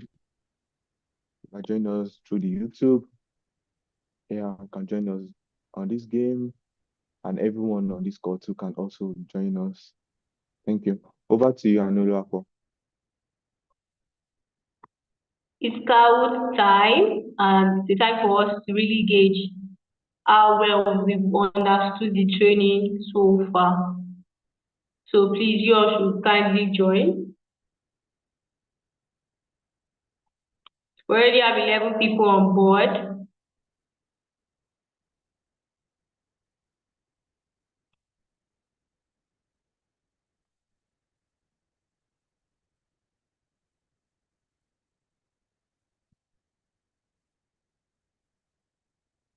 So we have Osmani, Njeru, Victor, Kogi, Eli, Godi, Gapi, G, CS, Junai, Navera. Looks like Eli wants to win today's zone too also. We have Gary, Dalia. So we are just 16. Please, you all should join if you want to.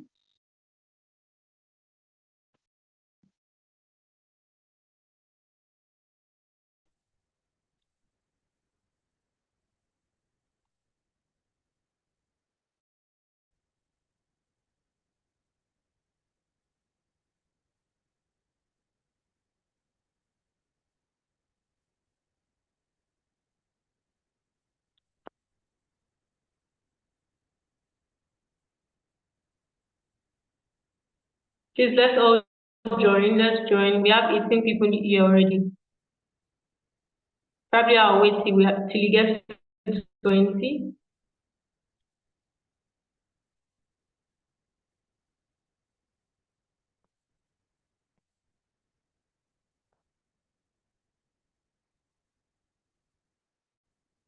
Are we still expecting more people?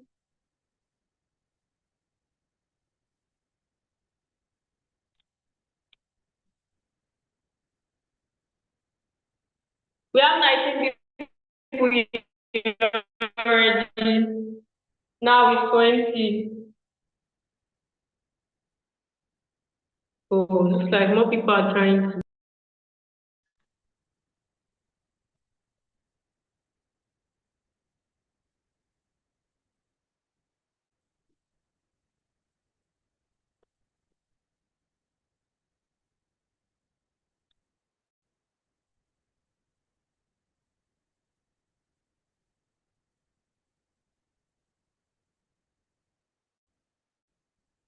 We have 23 people here.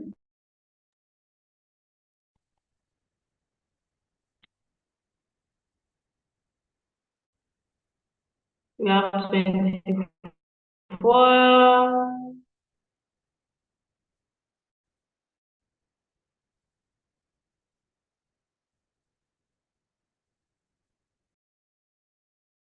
Oh, I think I want to start because our time is fast spent and we are not done with the training yet. So we just work with the 24 people we have on board.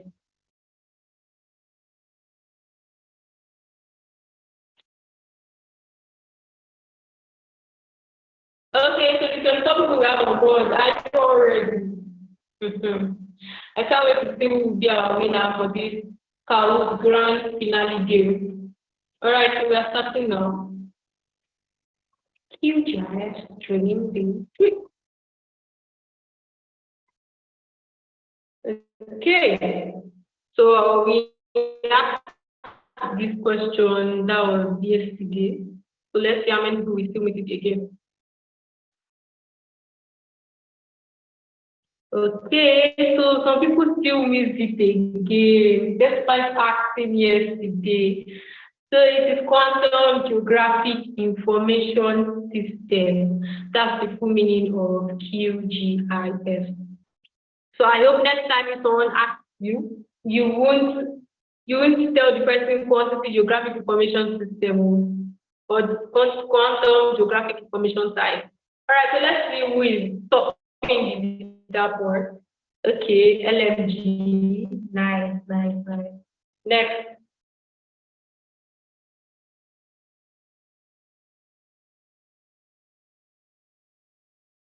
Which panel is used to manage layers of QGIS?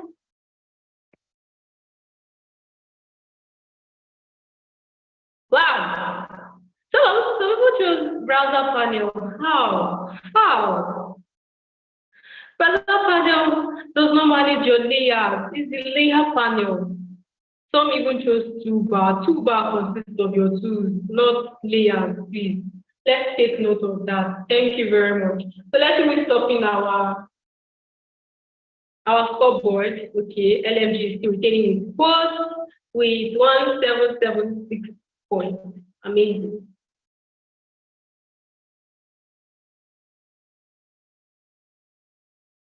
What is the function of the map canvas in QGIS? What is the function of the map canvas in QGIS? Woo! Most people got this, to visualize geographic data. Thank you very much. It's not to display layer properties, please. Thank you. So it's to visualize geographic data. Sorry, the game is session and we can't come again. I'm so sorry. All right, LNG still retaining his post with 3,432 points. Amazing. Next. So we have 9 questions. We're already in question 4. How do you zoom in on the map canvas? How do you zoom in on the map canvas? Wow. So we had 18 people guessing this. So it's control plus, not control plus minus. Please. It's not control minus, it's control plus. All right. And someone shows all of the above. How? So let's see with you. LMG is still retaining his post. Love it. With 5,140 points. That's amazing. Let's move to the next. Which tool is used to pan the map? Is it the zoom in, is it the zoom out, is it the pan tool, or is it the select feature tool? Okay. So once you chose zoom in, hi. The pan tool is that tool that shows the hand as an icon. So basically it's for you to move around your map. You can move the map to wherever you want it to move to. So we have 28 people getting that. That's amazing. I think that's the pass mark. All right. LMG does not want to leave the board for anybody. He has 5,990 points. Okay. Question 6. What type of data can be added to QGIS? Is it vector only, raster only, vector and raster, or text only? Okay, I'm so touched. Like, everybody got this. That is really amazing. 31 of us got this. Okay, let's see who's still stopping the leaderboard. LMG wants to win this game and it's not giving space for anybody. Okay, so LMG is stopping the board with 7,758 points. Let's go to the next. We're on question 7 now. True or false? Is tagging very important in OSM? So this question was asked. That was yesterday.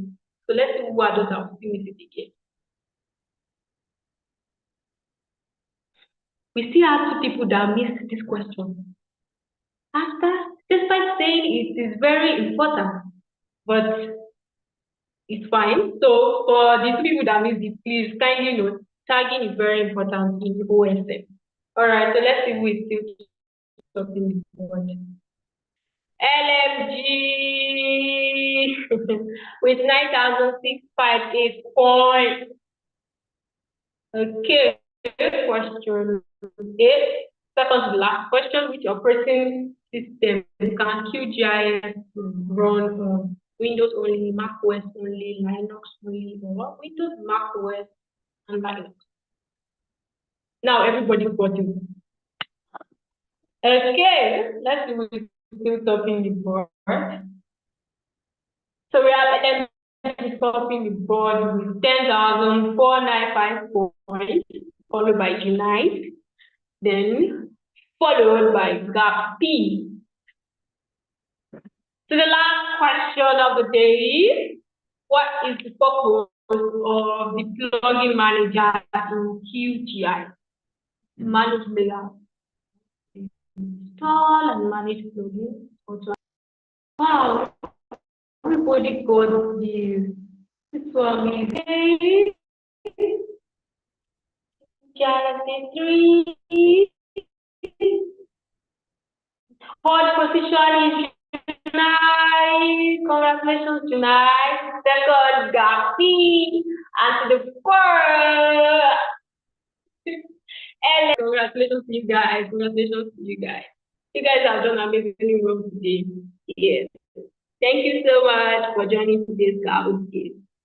All right, is Sonia still here? That's amazing. LMD did not even go for anybody throughout the quiz competition. Wow, throughout the game competition. That's actually impressive.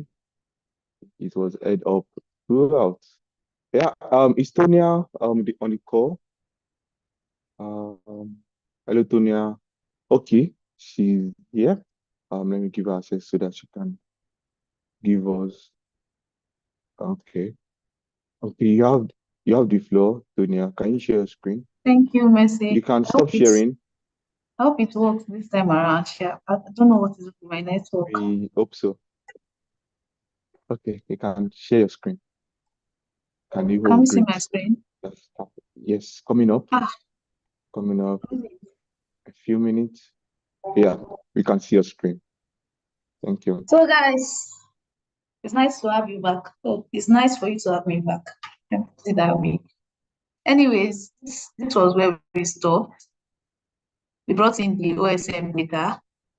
And now the next thing for us to do is to select the buildings that falls under the flood extent or the flood area. So what we're going to do first is that we are going to estimate the flooded buildings. And how do we go about this? We'll go to vector. Again, see. So you go to vector, and then from vector, you go to research tool. The research tools. These are we together. And from research tools, you go to select by location. Once you click on select by location, this particular layer will pop up, and then we are going to put our select features from the layer is going to be the buildings that we have downloaded from OSM. And then we are going to pick intercept. You check this particular box. And then we are comparing it to the buffered layer. And that's what we are going with now. So once we run it,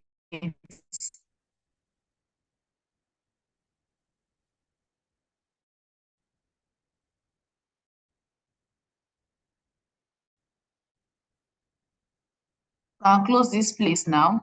Put off this building. Come in.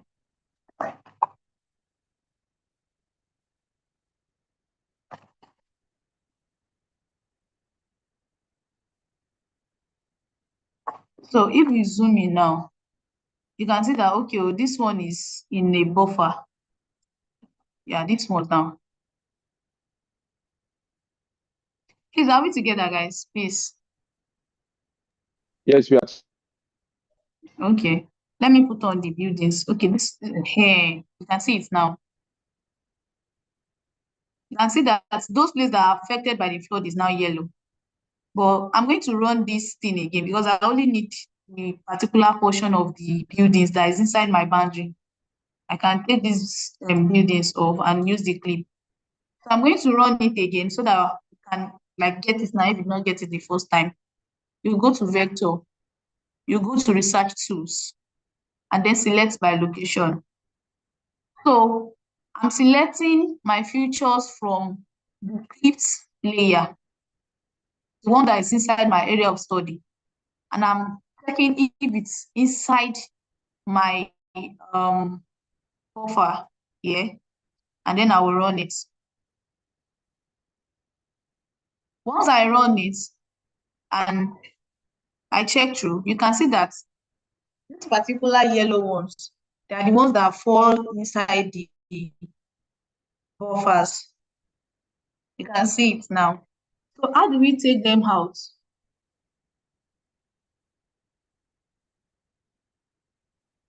We can just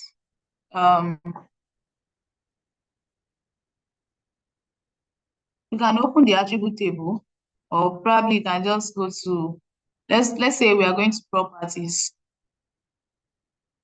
But before I go to properties, I need to see what is inside my clip data. So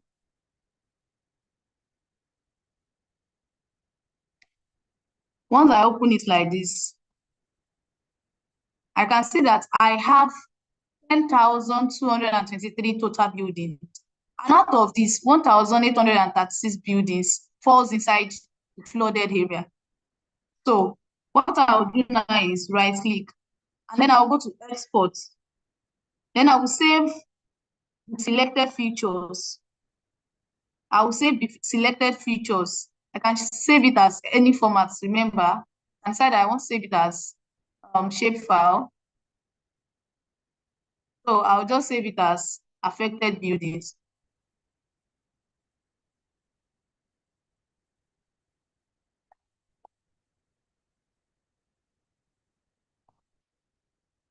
So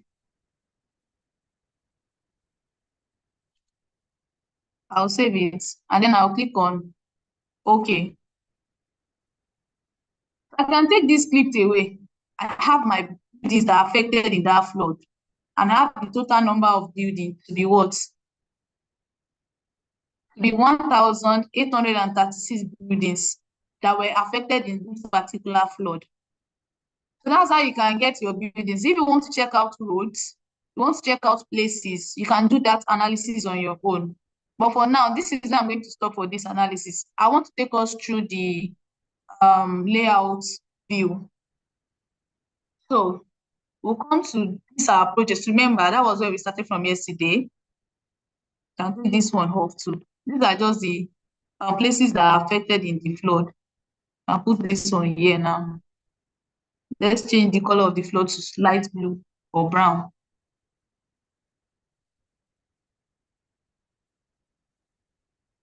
So that it is flood. Yeah, this is better. So we are able to show the places that are affected with the affected buildings and the flood extent. Now what we'll do is we can take these ones out. These three. Oh no. Because I don't need them.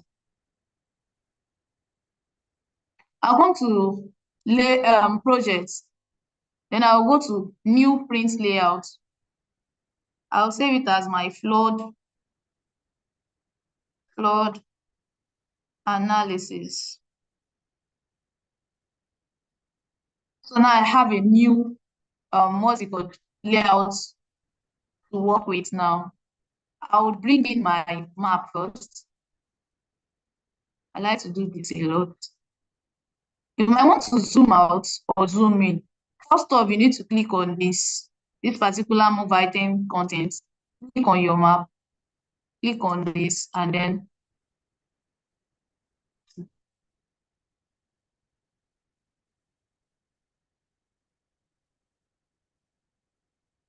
I don't know what is happening now.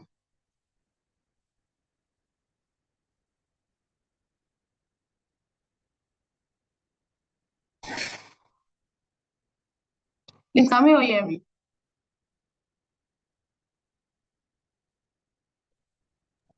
Yes, you can.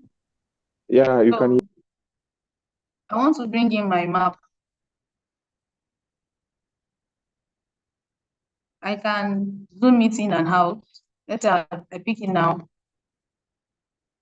You can see that it is now bigger. And as I'm zooming it and out, my scale is also changing. If you notice, my scale is also changing as I am zooming it in and out. So you can say, okay, I want to set my scale directly from here. I want to set it to 100,000.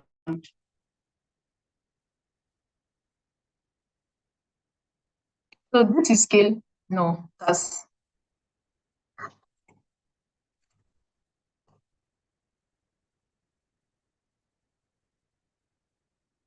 so I can drag it in. I can do anything in as much as it is covering whatever place I want. I can say, okay, oh, just this is another scale. So you can what's it called? You can add an overview to your map too, such that you will lock this place. You can just lock this particular one. You can unlock it here too. So if you unlock it, that's when you'll be able to have access to the what's it called? So if I lock it now, and then I'm bringing in another one here. If I go back to my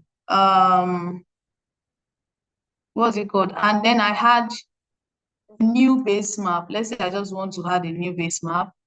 Just me showing us like something that we can try out. Let me go to OSM, and then I'll go with OSM standard.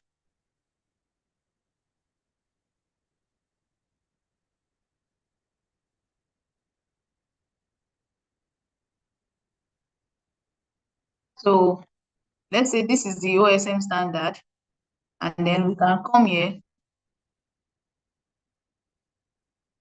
You can see now. Oh my God, this thing is not locked.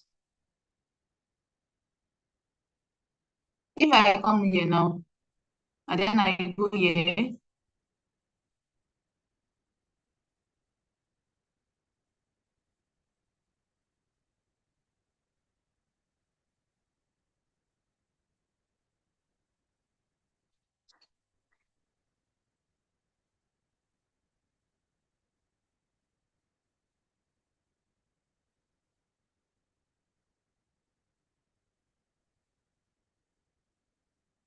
and this is still loading. That's why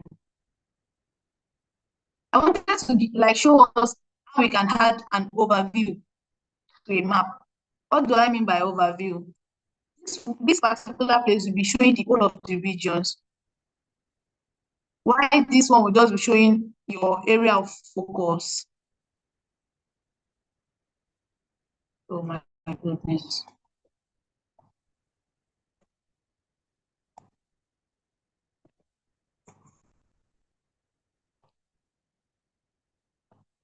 So since it's not loading like this, I might have to take it out. So you can do several other things. The analysis I want to show does not need a base map. I might take it off.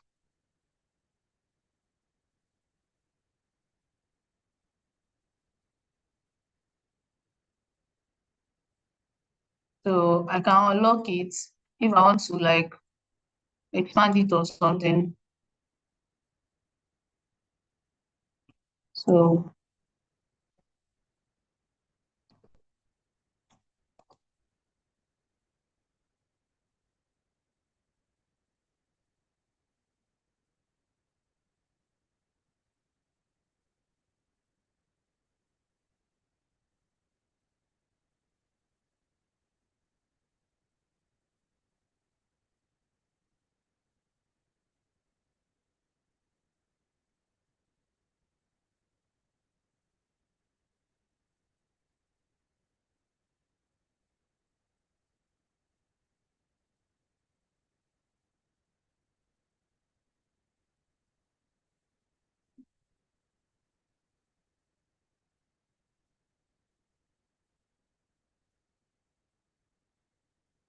you can just place your map like this. It's going to bring it out.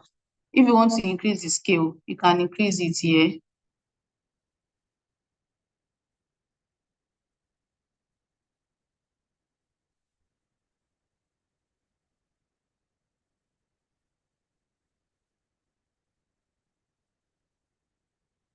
$5,000 is too much. So you can adjust it yourself, or you can set a particular scale that you would like to work with. Let me just go with 100,000. So now, if you want to add frame, you can decide that, okay, I want to have frame on my, what's it called? My map. You can add frame to it. Grid is essential, so you add a grid. So from here now, you go to modify grid. You put this one as millimeters. You can put, let's say, 1 is too much, so you can say like 10. Still too much. and say 20. You look for like the ones you want, or if you have a predefined what's it called that you want to make use of, you can do that too. So for me, I can just say, let me use, and then for this one too, let's use 20 first. It is too much.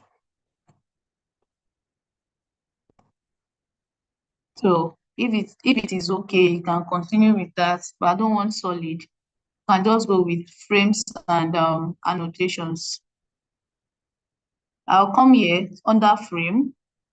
I'll go to, let's say I want to use this zebra. Then if I want it to draw coordinates, you can see now it is fully coordinated. So you now determine, okay, what do you want to use for your coordinates? If you want to use degree minutes, this is where you have, like, you change them. But now, if you want to, like, you change the grid according to what you're using. But before you do this thing, you need to make sure that the coordinates reference system that you are using is the right one that you're supposed to use. So now, once you add your coordinates, this is where you add your coordinates to your grid. You can just make do with something like this, and then you've added the frame. You can adjust the frame size, something like this. So then your text too, this is where you adjust them. Do you want them inside the frame or outside the frame? Do you want it horizontal or vertical? So that's for the left hand side. For the right hand side too, you adjust it accordingly. You adjust it accordingly. So you can see that this one is not in, but this what's it called? It is not correct. So you add in your, let's say you want to add in your north arrow. You can decide that, okay, I want to put in my north arrow, put it here. Your north arrow is there. This someone was asking that, can they edit the north arrow or something? You can do whatever you want on this thing. You can insert your legend too.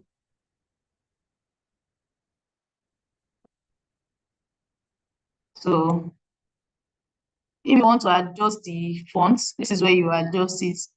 If you want to add what's it called, you want to remove some things out of these things, I can say I don't want it auto. I can take these ones out. So I can take them out. Yeah. I can take this one out too, because I don't want it there. It's not giving any information about my, what's it called, my map. So I'll look at what I want. I can take the ones I don't want out. And also I can rename them. So once I'm like okay with what is there, since I know the numbers of my buildings that is affected, I can create a table here. Okay, before then, let's add our scale bar. And decide that you want to, just like I said yesterday, this is where you can edit your scale bar. So something that you can just navigate your way around and decide on how many is to go to one side or the other. So something like this now. I decide that, okay, this is where I want to place my add your scale bar, legend, can add anything that you feel that will still make you okay. So now you can insert the layout credit. It's essential for you to credit the people you are getting the layout from. You can just say humanitarian open street map thing. So something like that. Once you put it there, that means you're crediting them. Like you're telling people that, okay, this is where I got my, as many as you want. can decide that, okay, I want to insert my coordinate system too. You put it there. You might want to say, okay, let me use this rectangle to show that, what's it called? Show the numbers of people that the flood affected.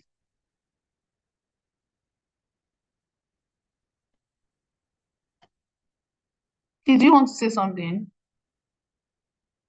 Yes. I think you can just summarize. We are past spent time already, so because we still have other things to share on this platform, so you can just summarize.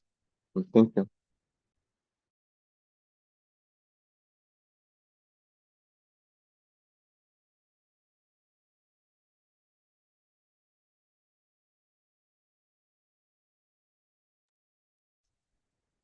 Okay. Yeah, thank you so much, Tonya. Thank you so much for walking us through hands-on training for this humanitarian use of OpenStreetMap data on QGIS. Thank you for that. I think I will have to come to your DM so you can take me on an advanced training on this. I would love to do that. So we are going to be going to our questions and answer. Anyone that have any questions that you want to ask, you can do well to ask your question. And let's give out a shout out to Tonya for walking us through the hands-on training for this section. Let's just give her a round of applause because I really learned a lot from her. I really learned a lot. So if you have anyone that have any questions, you can just do well to ask your questions. So from there we can go so we can share. Anyone having any question? Anyone?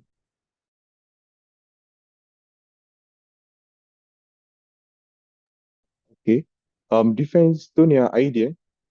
Someone is asking difference between digital surface model and digital elevation model. So Tonya, over to you.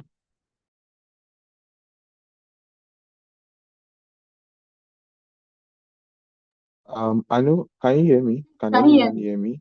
Can you hear me? Yes, I can. Yes, I can hear you. Okay. So both digital surface model and the elevation model, they are both digital representations of the Earth surface, but they differ in what they represent. What do I mean by that? Digital elevation model actually shows the terrain elevation. What do I mean by elevation? The height of each point in relative to a particular datum. So the digital surface model on its own end, it represents the Earth surface, and it includes all features like buildings, like bridges, trees, and other objects. But digital elevation model itself, it is just showing the elevation of the Earth surface. It is showing the difference in height of each point on the Earth surface. I think we get that right.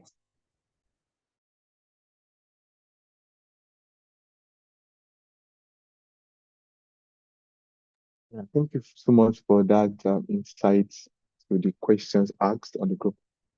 Yeah, okay. Any other question? Any other questions? Tonya, can you see the chat if you have? Okay. So we have another question. Which Can I website see what? slash organization provide latest and best resolution for classifying forests for free, not on paid organization or website? I think the person is trying to ask what organization or website can they get best resolution to be able to So, classify forests. Maybe over to you. Over to you. okay, so basically, for any of our analysis, like I stated right from the outset, you need a data, like the data you're going to be using for your analysis. If you want to do anything relating to, let's say, like this flood data now, you can get it from NASA.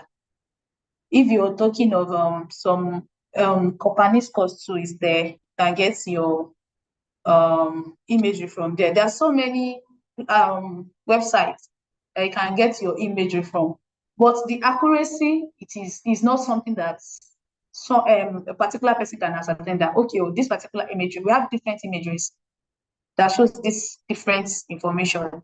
And it's now for you to now ascertain that, okay, well, this particular imagery that I'm using, it is accurate or it is fairly good.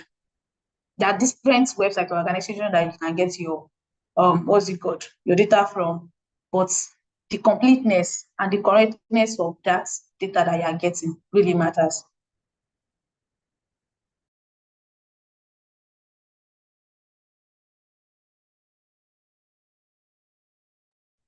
Okay, that's great. Thank you so much for that. So any other questions we And have sorry, if you're to share thinking of today? doing a Okay. real-time, you want to do real-time analysis to monitor forest, I think you might have to start from, let's say, your LUSC, that's land use, land cover. You can do your NDVI, can do your NDWI, and then you can, like, what's for you to carry out all this analysis, you really need to like download your data.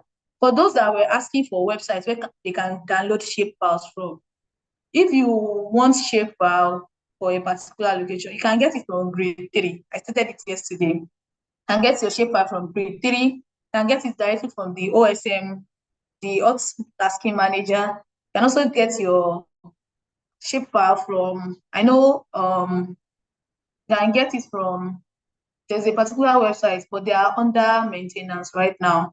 So you might not be able to get it like that. And these ones that I've mentioned so far, they are free. Grade 3 is free. You can even get some other metadata about your data when you're downloading from there. But I'm not saying that it is complete. So that is that. Thank you.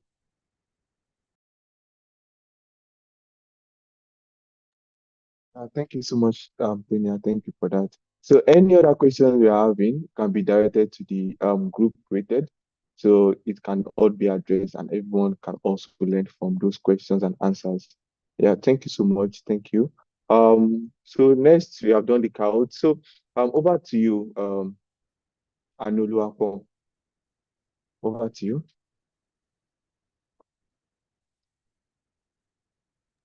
All right. Congratulations to everyone for making it this far, from training day 1 to training day 2, and today is training day 3. Like, it's amazing that we have people that just stuck with us even from the beginning now to the end. Congratulations to you all. We are so happy, and we can't wait to see amazing things you're actually going to use QGIS for. So basically, this training was just for QGIS, like just the basics. And so from here, you can try to make your research, your study, and to ensure that, okay, from the basics you move to intermediate and you move to advanced, right? Okay, so this is me congratulating all of us for making it thus far. Congratulations to you all. Okay, just drop like an emoji in the chat box, like celebrating yourself. Like you can just drop a clapping emoji or an emoji that shows excitement that you've made it this far. Just drop it and congratulate yourself, to be honest. Drop an emoji, congratulating yourself in the chat, please. Nice. I've seen Navera. That's amazing. Rhonda, Joy. Congratulations to you. All right. So since we are done with today's training, so we want you all to post on social media.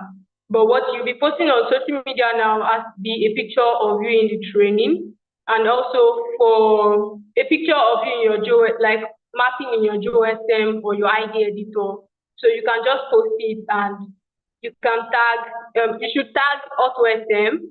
Then you should also use the hashtag 3 days QGIS training and hashtag Hot Legacy Project. So we are going to drop that on the group, the hashtags you'll be using and the people you'll be tagging. We will drop that on the group. So you should make a post on social media. So that will be our day 3 task.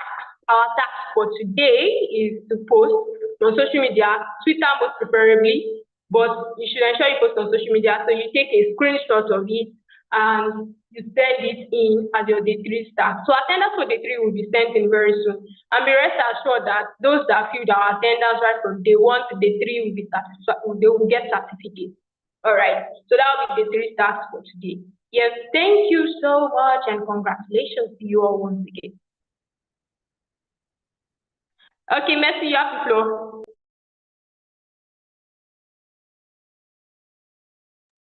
Thank you so much for that, for congratulating everyone. I also want to congratulate everyone for participating from day one, day two, and day three. So now it's going to be time for us to have a group pictures. Let's turn on our cameras, so that we can all see our faces, our beautiful smiles, and also take a group pictures. So let's turn our cameras on. Yeah, okay. So you're waiting for others to share. Turn on your cameras so we can take a group pictures. Okay. Yeah. Let me stop sharing so I can take everybody's face at once. Yeah. Okay. So you're waiting for others to join, and let's have a group pictures. So you're waiting for others. So yeah, I'm so happy to see beautiful faces joining from different places all over the world. Okay. Is going to ask everyone to allow. You should allow all of the participants to put on their camera. Oh, just hold on. Okay.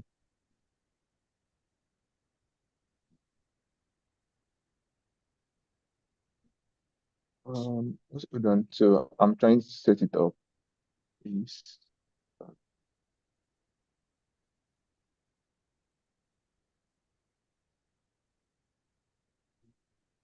Um, I'm I not think they actually can do that seeing now. the. They can do that. I've done it. Okay. Okay. Okay. Thank you. Okay. I'll Yeah. see So happy to see Rhoda. everyone too. Okay. Hi. Uh, that's nice. Oh So we'll my be God. taking the picture in 5, 4, 3, 2, 1. Okay. Okay. Nice. Let me take one more. One more. One more. Just smile.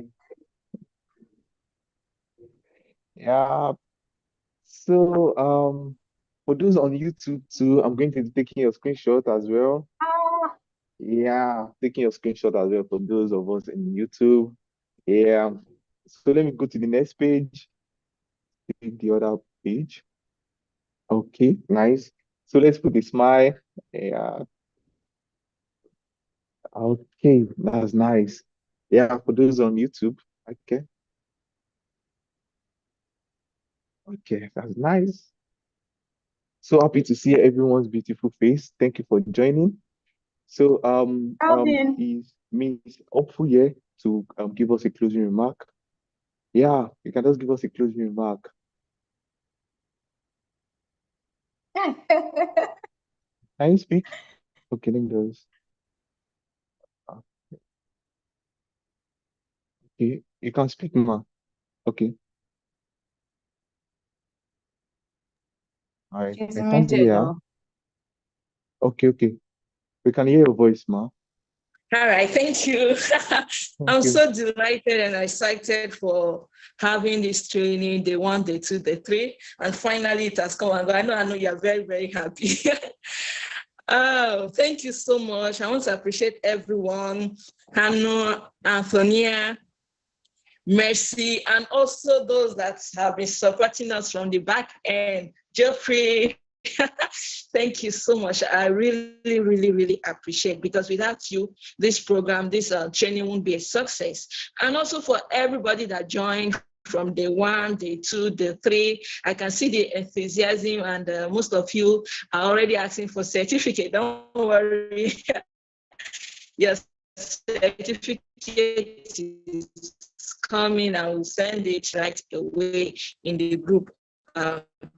Yes. So, once again, I appreciate, and I guess you know why this training is holding. Well, it's a legacy project for our mentees that we're part of the mentorship training organized by HOT, and this is in the mentorship program. So Anualapo, always a major facilitator or trainer, is as a project, and good luck, she has completed it and it was a success. Well, I want to appreciate everyone that was in the supporting end in order for her to organize the training and supported her in one way or the other. Most of us are also part of the mentorship program, like Mercy, Antonia, and also Daniel, who taught her a lot of these things you have learned so far. So a lot of collaboration from the mentorship end to grace this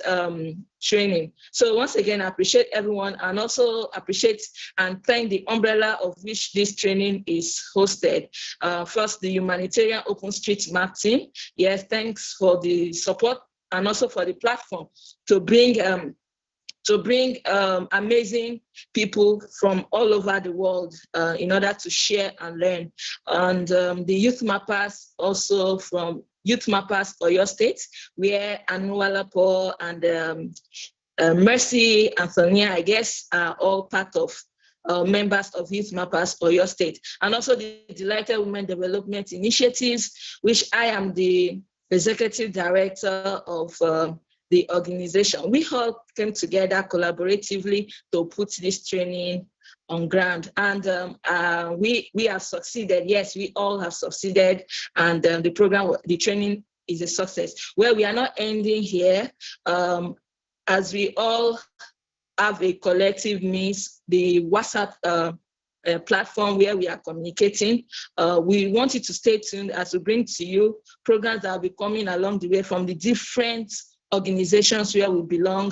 There'll be a lot of programs coming up in HOT, just like this training, the mentorship that has brought us together. Other programs by HOT, organized by HOT, we'll definitely share it with you in the platform. And also programs that will be organized by the youth mappers and then Delighted Women Development Initiative, and any other thing that will do with mapping activities and QGIS. Of course, we will bring it to your notice in the group. So we want you to stay tuned in the WhatsApp groups where you can easily get information, and also follow us as well. Some of our links will be shared to you in the group. Keep following us to get the latest information. And whatever you have learned, I want you to keep practicing. Practicing makes perfect. This is a training for just the elementary or primary training. So for you to be perfect, you have to put more effort in practicing what you have learned so far. So I want to encourage you to keep practicing, and as we are there in the group, if you have any question, of course, you can keep reaching us to give you more enlightenment on it. So once again, thank you so much. Thank you, everybody, for making this, everybody that joined, for making this training a success. Thank you.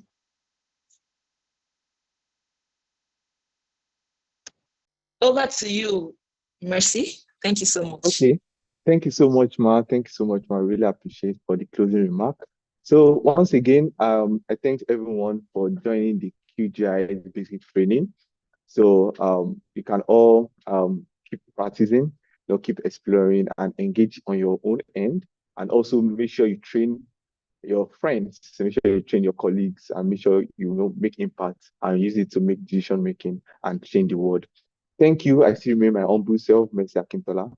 See you all. Bye. Bye. Bye, everybody. Bye, everyone. Bye. Thank you so much. Thank you for coming. Thank you. Thank you.